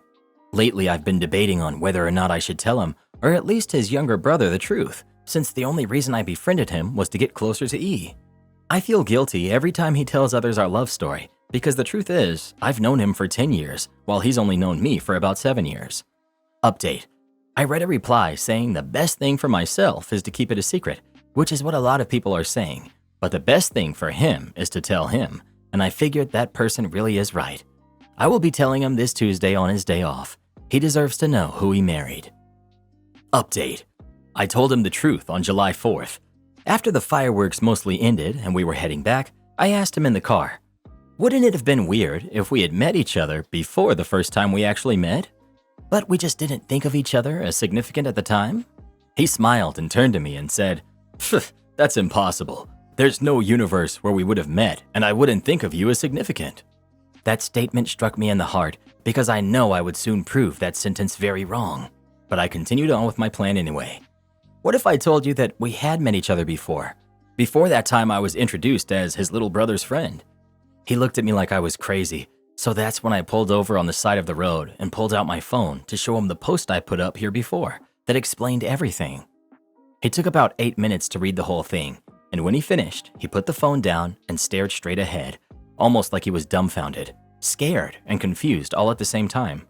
I started throwing out every excuse and apology I could muster at the moment for about 15 minutes straight when he decided to tell me to stop, and I did. Then he just sat there and sobbed uncontrollably for about 10 minutes before he finally asked me how much of our relationship and how much of my identity was fabricated according to his liking. I told him the honest truth. None of my personality or identity was fabricated for him, except for the fact of how we met. The only thing I ever changed about myself to make him like me more was lying about liking Chinese food. I can't stand Chinese food. But other than that, everything else was real. Although my friendship with his younger brother was built upon ill intentions, my friendship between his brother and I is now one of the most genuine friendships I've ever known. He just cried and told me that he doesn't want to divorce at all, but he does want us to have some time apart so that he can absorb the truth that I gave to him. He also said that he expects me to tell his brother and mom this Friday because they deserve to know the truth just as much as he did. I told him okay, and we drove the rest of the ride home in silence. When we got home, he hugged me and cried for about 5 minutes before he got out of the car, packed his stuff, and said that he will be staying at a nearby hotel for now. He said that he knows that he still loves me, but he just doesn't know yet how to react to the fact that the beginning of our relationship was very, very orchestrated. To sum it all up, I guess telling him was a success. I honestly don't know. He sent me a good night and an I love you text last night while he was at the hotel, so I guess he feels more betrayed than mad. Update 2. Woke up this morning to find out that hubby not only lied about going to a hotel to stay at, but also lied about not wanting a divorce through a text message. He went to his family's home, not a hotel, told them the entire story himself, probably exaggerated it too to make me seem crazy. His whole family wants nothing to do with me too, claims I'm a psycho. He said that he lied about going to a hotel because he knew if he told me the truth, I would try to stop him. Honestly, I feel betrayed. I tried to be a good wife by showing him the true me, and this is what he does? I did all this work just for it to end up like this? Honestly, I kind of deserve it. I didn't even tell him in the first place because I felt bad. I told him because I had a suspicion that he was catching on to the fact that I knew him for 2.5 years before he knew me, largely because I found out he was keeping my old phone in his work desk. My old phone that has screenshots of a lot of his old Instagram posts, plans in my notes app about him, etc. So I guess he never truly loved me, and if he can't get past an honest confession like this one, I might update this in a few years when I find a new husband. Still a better love story than Twilight. Oh, come on. I can't be the only one who thought what she did was kind of sweet. Oh, maybe? No, Reddit boy. You're just really weird. Last year, my boyfriend, who's 33, male, quit his job without telling me, and now he refuses to look for another job. My boyfriend, 33, male, quit his job last year without telling me. I only found out 2 days before the rent was due. We split everything 50-50 when I asked him for his part of the rent. When I asked, he simply told me he quit because he was tired of working at that place. Since then, I've been paying for everything, including rent, food, gas, bills, and anything he needs. I had to work 2 jobs while going to school for a while. It was hard, but I finally finished school a couple of months ago and I found my dream job. I make enough to live comfortably, even take care of my boyfriend and still have money for saving. However, I still want him to get a job to support himself because I think, as an adult, he needs to have a job. But I feel like he relies on me way too much, and he thinks since my job pays well, he doesn't have any reason to work. He always says things like, "You make good money now, so maybe you could buy me my dream car." Or, "You should open a business for me to run." Yeah. I don't mind supporting my partner financially if there's a legit reason that prevents him from working, but that's not the case. He spends most of his time playing games, meeting up with friends, or just at home watching movies. I still have to do all of the chores and take care of our dogs. His family thinks that he's been working to take care of me so that I can finish school, which is not true. Now they think I was able to finish school and get a good job all because of him. I don't even want to explain it to them. I just want him to get a job and have a future. When I try to talk to him, he tells me that I'm not supportive, and now that I have a good job, I look down on him. What should I do? Is it even worth it to try to talk some sense into him? I don't want to start dating at this age, but I feel like I just can't keep doing this. Edit. Many people have asked, why him? Why did I stay for years? What did I see in him? So I just want to answer that. We started off pretty normal. We split everything 50-50, and I had no problem with that. But throughout the years, he started showing his true self. I was in school, and school was the most important thing to me at that point, so I invested all of my time and energy into it. I was in the PhD program, so I had stipend, which was around $30,000 a year, which was enough for myself, but not for 2 people. After he quit his job, I was very stressed out, but I had to focus on school and tried to do everything I could to survive. I didn't have time to really think about my personal life, and I also didn't want to go through any changes in life, so I just let it be. In addition, he guilt trips me a lot, so I felt bad for him. But now that I have a stable job, I have time to really think about my future. I don't see myself being with him long term. I don't think it would be as easy as, "Hey, let's break up," because I know he wouldn't let it go that easy. But I'll start planning to get out. Maybe ask some friends for support. His name is not on the lease, so I'll stay where I am and he'll have to move. Would I be the jerk if I go on vacation instead of my brother's wedding? My brother, Tom, 36 male, and I, 26 female, have never had a really solid relationship. Due to our age gap, we didn't spend much time together, and by the time I was old enough to develop a personality, he was moved out of the house. For the last 2 years, my brother and his fiancée Sarah, who's 32, have been planning their wedding, and it's coming up in September. I was asked to be a bridesmaid. I figured I was only asked as a courtesy since I'm her soon-to-be sister-in-law, but I still took it seriously. I've been a bridesmaid for the last 2 years. Just a few weeks ago, I managed to save up to buy the $800 bridesmaid's dress. Overall, in the last 2 years, between group outings to parties, dinners, lunches, clothes, etc., I spent thousands of dollars. Eventually, all the girls in the wedding and I became extremely close, and I started to get hyped for the wedding. Sarah recently got close with her brother's wife, Becky, who's 30. Last week, she dropped the ball on me that she no longer wants me to be a bridesmaid and she would prefer if Becky would take my place. It broke my heart a little, but it's her wedding and it's not my place to tell her how to run it, so I said it was fine. Yesterday, I went to my brother's house to pick up my bridesmaid's dress and was going to see if I could return it since it was within the time frame. Sarah was completely appalled and said that Becky was going to wear it since she and I are about the same size. I said that would be fine, but they would have to give me the $800 for it. Sarah said that Becky can't afford it and I should just be nice and let her use it, and said that I could keep it after the wedding. I explained that I'm not just giving away the dress and I'm not ever going to use it after the wedding. After some bickering back and forth, I just ended up taking it and leaving. My brother and Sarah tried to compromise with me and say I could be the assistant flower girl, and I felt offended at their offer. After I said no, they then said that Becky could give me $250 for it. Again, no, and I returned the dress and got a full refund. I told them I understand that it's their wedding, but they're being extremely disrespectful to me, and I don't need to deal with it, and I'm not going to the wedding. Today, my coworker says she has an extra round-trip plane ticket to go to Miami that she'll sell to me for half price. Plus, I would have to pay for half the hotel, and I can go hang out with her in Florida. The only downside is that I'll be in Florida for the week of my brother's wedding.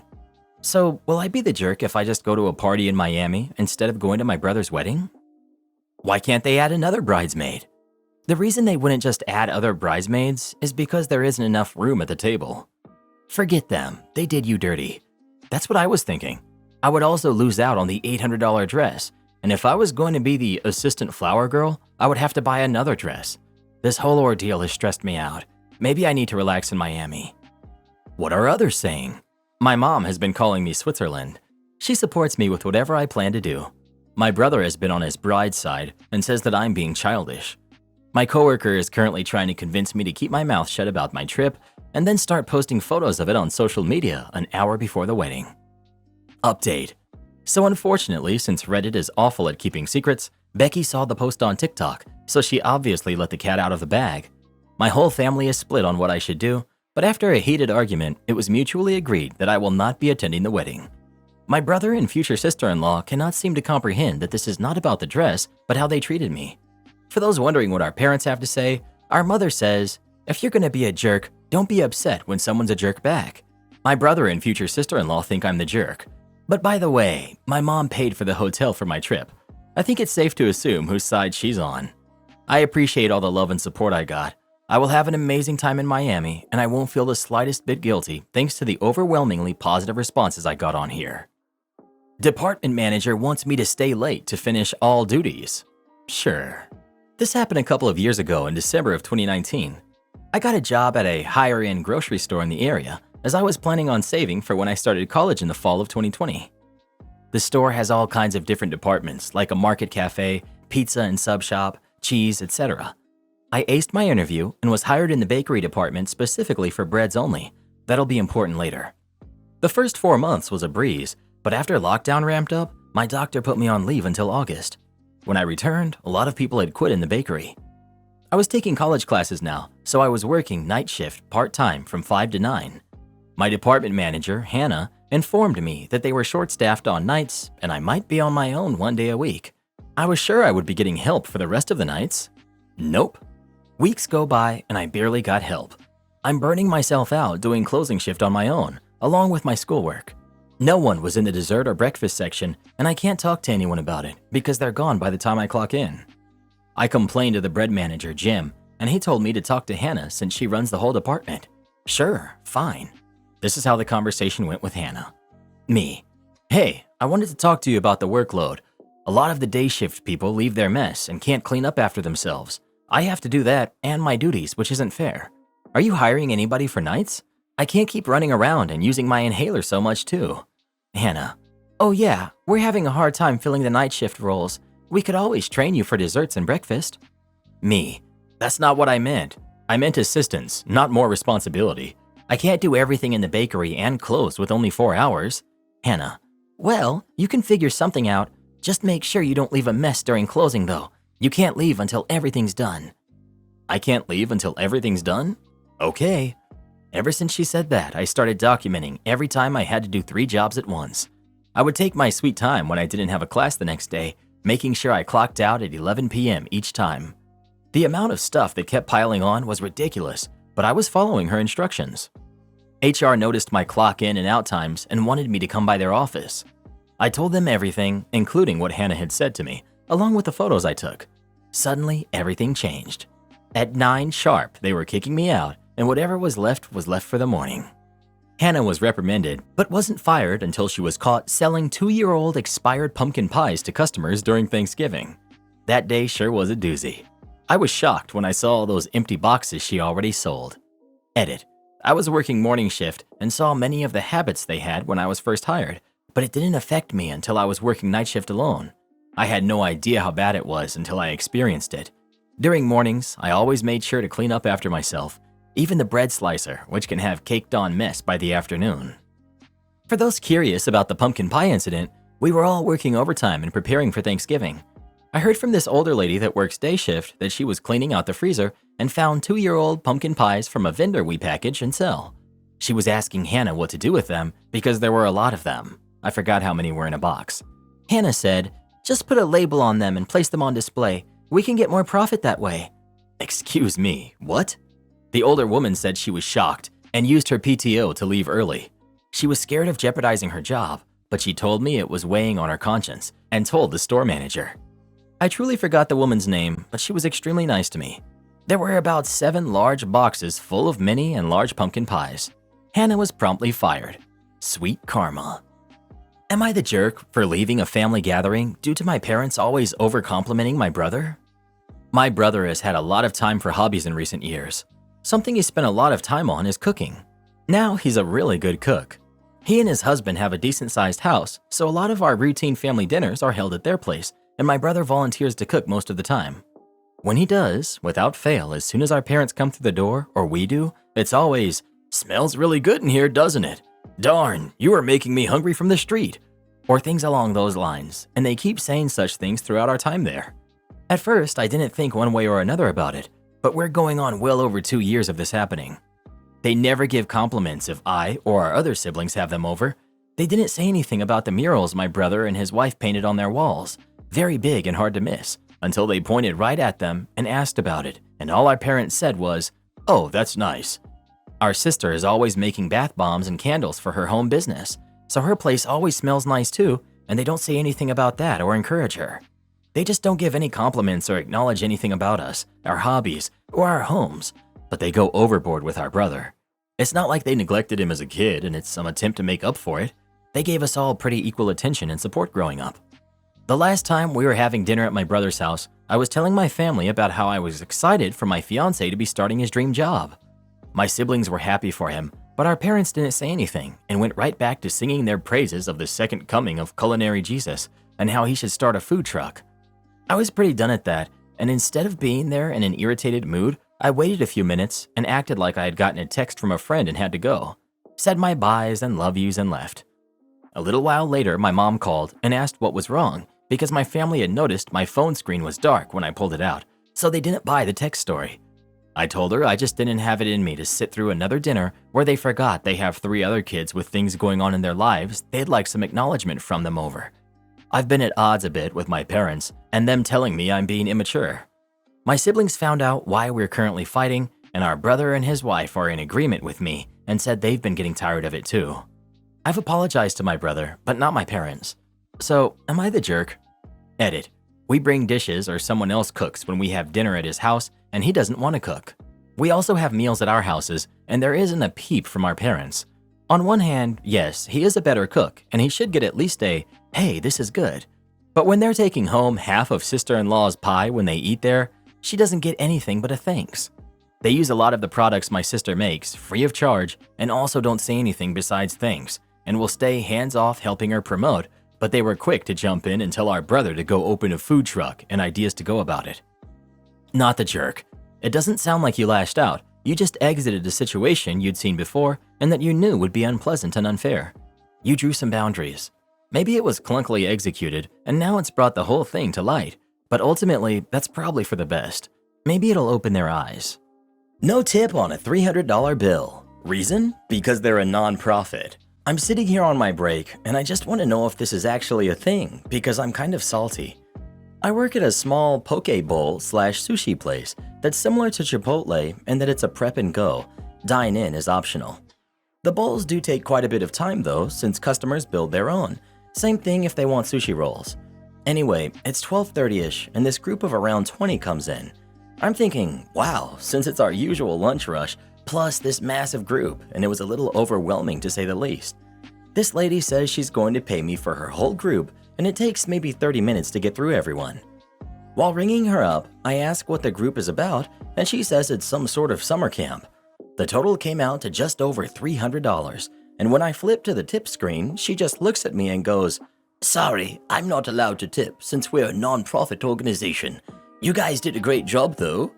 It was a little disappointing to run around taking and making orders for everyone just to be told they couldn't tip because they were a non-profit.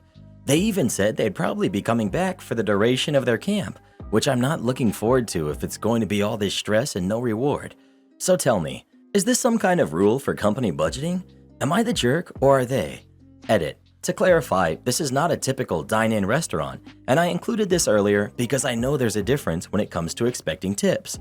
I don't have an issue with regular customers not tipping, although it is appreciated and I try to make conversation and make sure that they're taken care of to earn it. I'm annoyed that a company-funded party of 20 came in, assuming this is a larger nonprofit with money, and left nothing. I was also wondering if my annoyance was justified or if she was telling the truth about not being allowed to. To be honest though, I would have been happy with $10. Also, I'm a girl, since some of the people in the comments think I'm a guy. I work for a nonprofit. We are allowed to tip. I've done a fair share of delivery work. It's pretty normal for people in some kind of secretarial position to claim that they don't have authority to provide a tip. I tend to view this as a BS excuse, of course. They're clearly allowed to pay for the incurred expense, and the tip should be viewed as part of the expense. I'm sure there are genuinely some bosses and higher-ups that will notice and kick up a fuss that a signer included a basic tip, but it happens far too commonly for that to be the majority case in my opinion. I do notice that a lot of people who are in positions that are generally viewed as socially good or altruistic, whether that's charity work, nurses, teachers, etc., are very bad tippers or they don't tip at all. And there's a lot of entitlement and a sense that they don't have to because everyone knows they're good people already. I haven't done much serving work, but I'm reminded of how many server friends I've known that don't like serving church groups for that same reason. And my main job now is teaching, and I definitely notice a big self-righteous and smug note in a sizable number of coworkers. Of course, usually whenever I bring this up on Reddit, I get downvoted because how dare you badmouth these people, they are our heroes, etc. I used to work with city government. We couldn't get reimbursed for more than 10% tip. That was 15 years ago. It probably hasn't changed. I work for a nonprofit now. We can tip, just within reason, but I suppose her specific organization could set up rules for that sort of purchase. When I was a server many moons ago, I had the exact same situation. I saw the absence of gratuity when cleaning the table and found the host on our way out. She stated the exact same thing as did your guests. My reply in front of the group was, "You may be nonprofit, but I'm certainly not. Do you not pay your employees who provide a service to you?" She turned as red as the lobster her friend ate, and I managed $20 out of the cheap jerk. Not nearly an appropriate gratuity, but the satisfaction was priceless. Am I the jerk for telling my retired military father what I said? I'm 32, male, and my family is what I would consider generational military. We have ancestors that fought in World War I and beyond. I grew up being moved from place to place, going long stretches without seeing my father, and I hated it. Anytime I'd say I missed my dad or I wished I could see him more, I was quickly told to be quiet and be proud of my dad for being a hero. I once was upset we had to move because I was finally making friends and was told to not be selfish. I'm one of 4 kids. My brother and sisters all enlisted at 18. I chose not to, and while I'm not the only person in my extended family to do so, I knew it was disappointing. Originally, I chose not to enlist just because I didn't want to be in the military. However, over time, after learning more about it, I find the concept just wrong. I've never told my family this. I went to college, got my dream job, and eventually married my wife. We have 2 beautiful daughters. Because of our own upbringing, I do my best to be at every recital, school concert, soccer game, etc. I help my eldest with her homework, have special days with each of them separately and then as family. Recently, I had the opportunity for a promotion that would require traveling 2 weeks out of the month. My wife and I briefly considered it before deciding that it just wasn't worth it in the long run. We do good financially, and the extra money wouldn't be worth her raising our kids alone half the month and me missing out on so much. The promotion came up during a family party. My father is now retired and he was there. When he heard me mention it, he asked why I would want to pass it up. I said I don't want to miss out on my girls' childhoods and have them feel like I abandoned them. My dad's chest puffed out and he said I was attacking him. I was confused and he said I had never been quiet about being unhappy as a military kid. He went on a rant about him not being an absent dad. I was an ungrateful brat, not patriotic, telling me to move to Canada if I didn't like it here. I said I don't want to do that. I just hated growing up without a physically present father. He said he was fighting for our country. I said that was a choice, and I'm allowed to not agree with it. My wife, kids, and I left shortly after. My wife agrees with my point, but said I was a jerk for wording my reasons for not taking the promotion like I did. Am I the jerk? Not the jerk. Your dad's insecure, childish response says it all. Not the jerk. Any decent dad would have said, I know me being gone so much caused you a lot of pain and it makes me sad. I made the best decision I could about my career and my responsibility, but I am aware that it had some major drawbacks. I'm glad you get to be a father who gets to be around for your kids since it's important to you. Not the jerk. I'm sorry your childhood was sacrificed for his false beliefs. I can see why your dad believes what he does if he's generational military. He was spoon-fed the patriotism stuff from birth. But don't make that your problem. You do you and raise your family the way you like. Good for you. Not the jerk. You are being a great father by putting your kids' lives first. Being present in their upbringing will forever be better than any job promotion. Your father got defensive because he knew you were right. Don't listen to him. You're doing the right thing. There's nothing wrong with wanting to put your kids first, and you are not an ungrateful brat. It's not your fault he chose war over his son. Not the jerk. Gosh, I can't stand military guys. They never make good fathers or husbands, and they wonder why their wives don't stick around. These guys expect to be treated like royalty, when the truth is we don't need them at all. This is why I never thank anyone for their service. It's like, oh, you decided to play soldier so you can live off my tax dollars? And you expect me to worship the ground you walk on? No thanks, Sarge. I learned the hard way to never date military guys. It's a huge red flag that he has zero intelligence and isn't going anywhere in life. If you really want to fight for us, stand up for those of us who are legit ostracized like myself. Go to rally marches and demonstrations. Donate money to get the right people elected who will make a difference in this broken system we live in. Plain soldier and being a bad person like most of them do won't solve a thing. Hey Reddit boy, weren't you in the army? What do you think of that last commenter? No comment, Karen. No comment. Do this next. Tap here on your screen to come see our new podcast playlist, where you'll find thousands of hours of the best stories you've ever heard. Or tap the one on the right. That episode is specifically just for you, based on other videos you've enjoyed the most.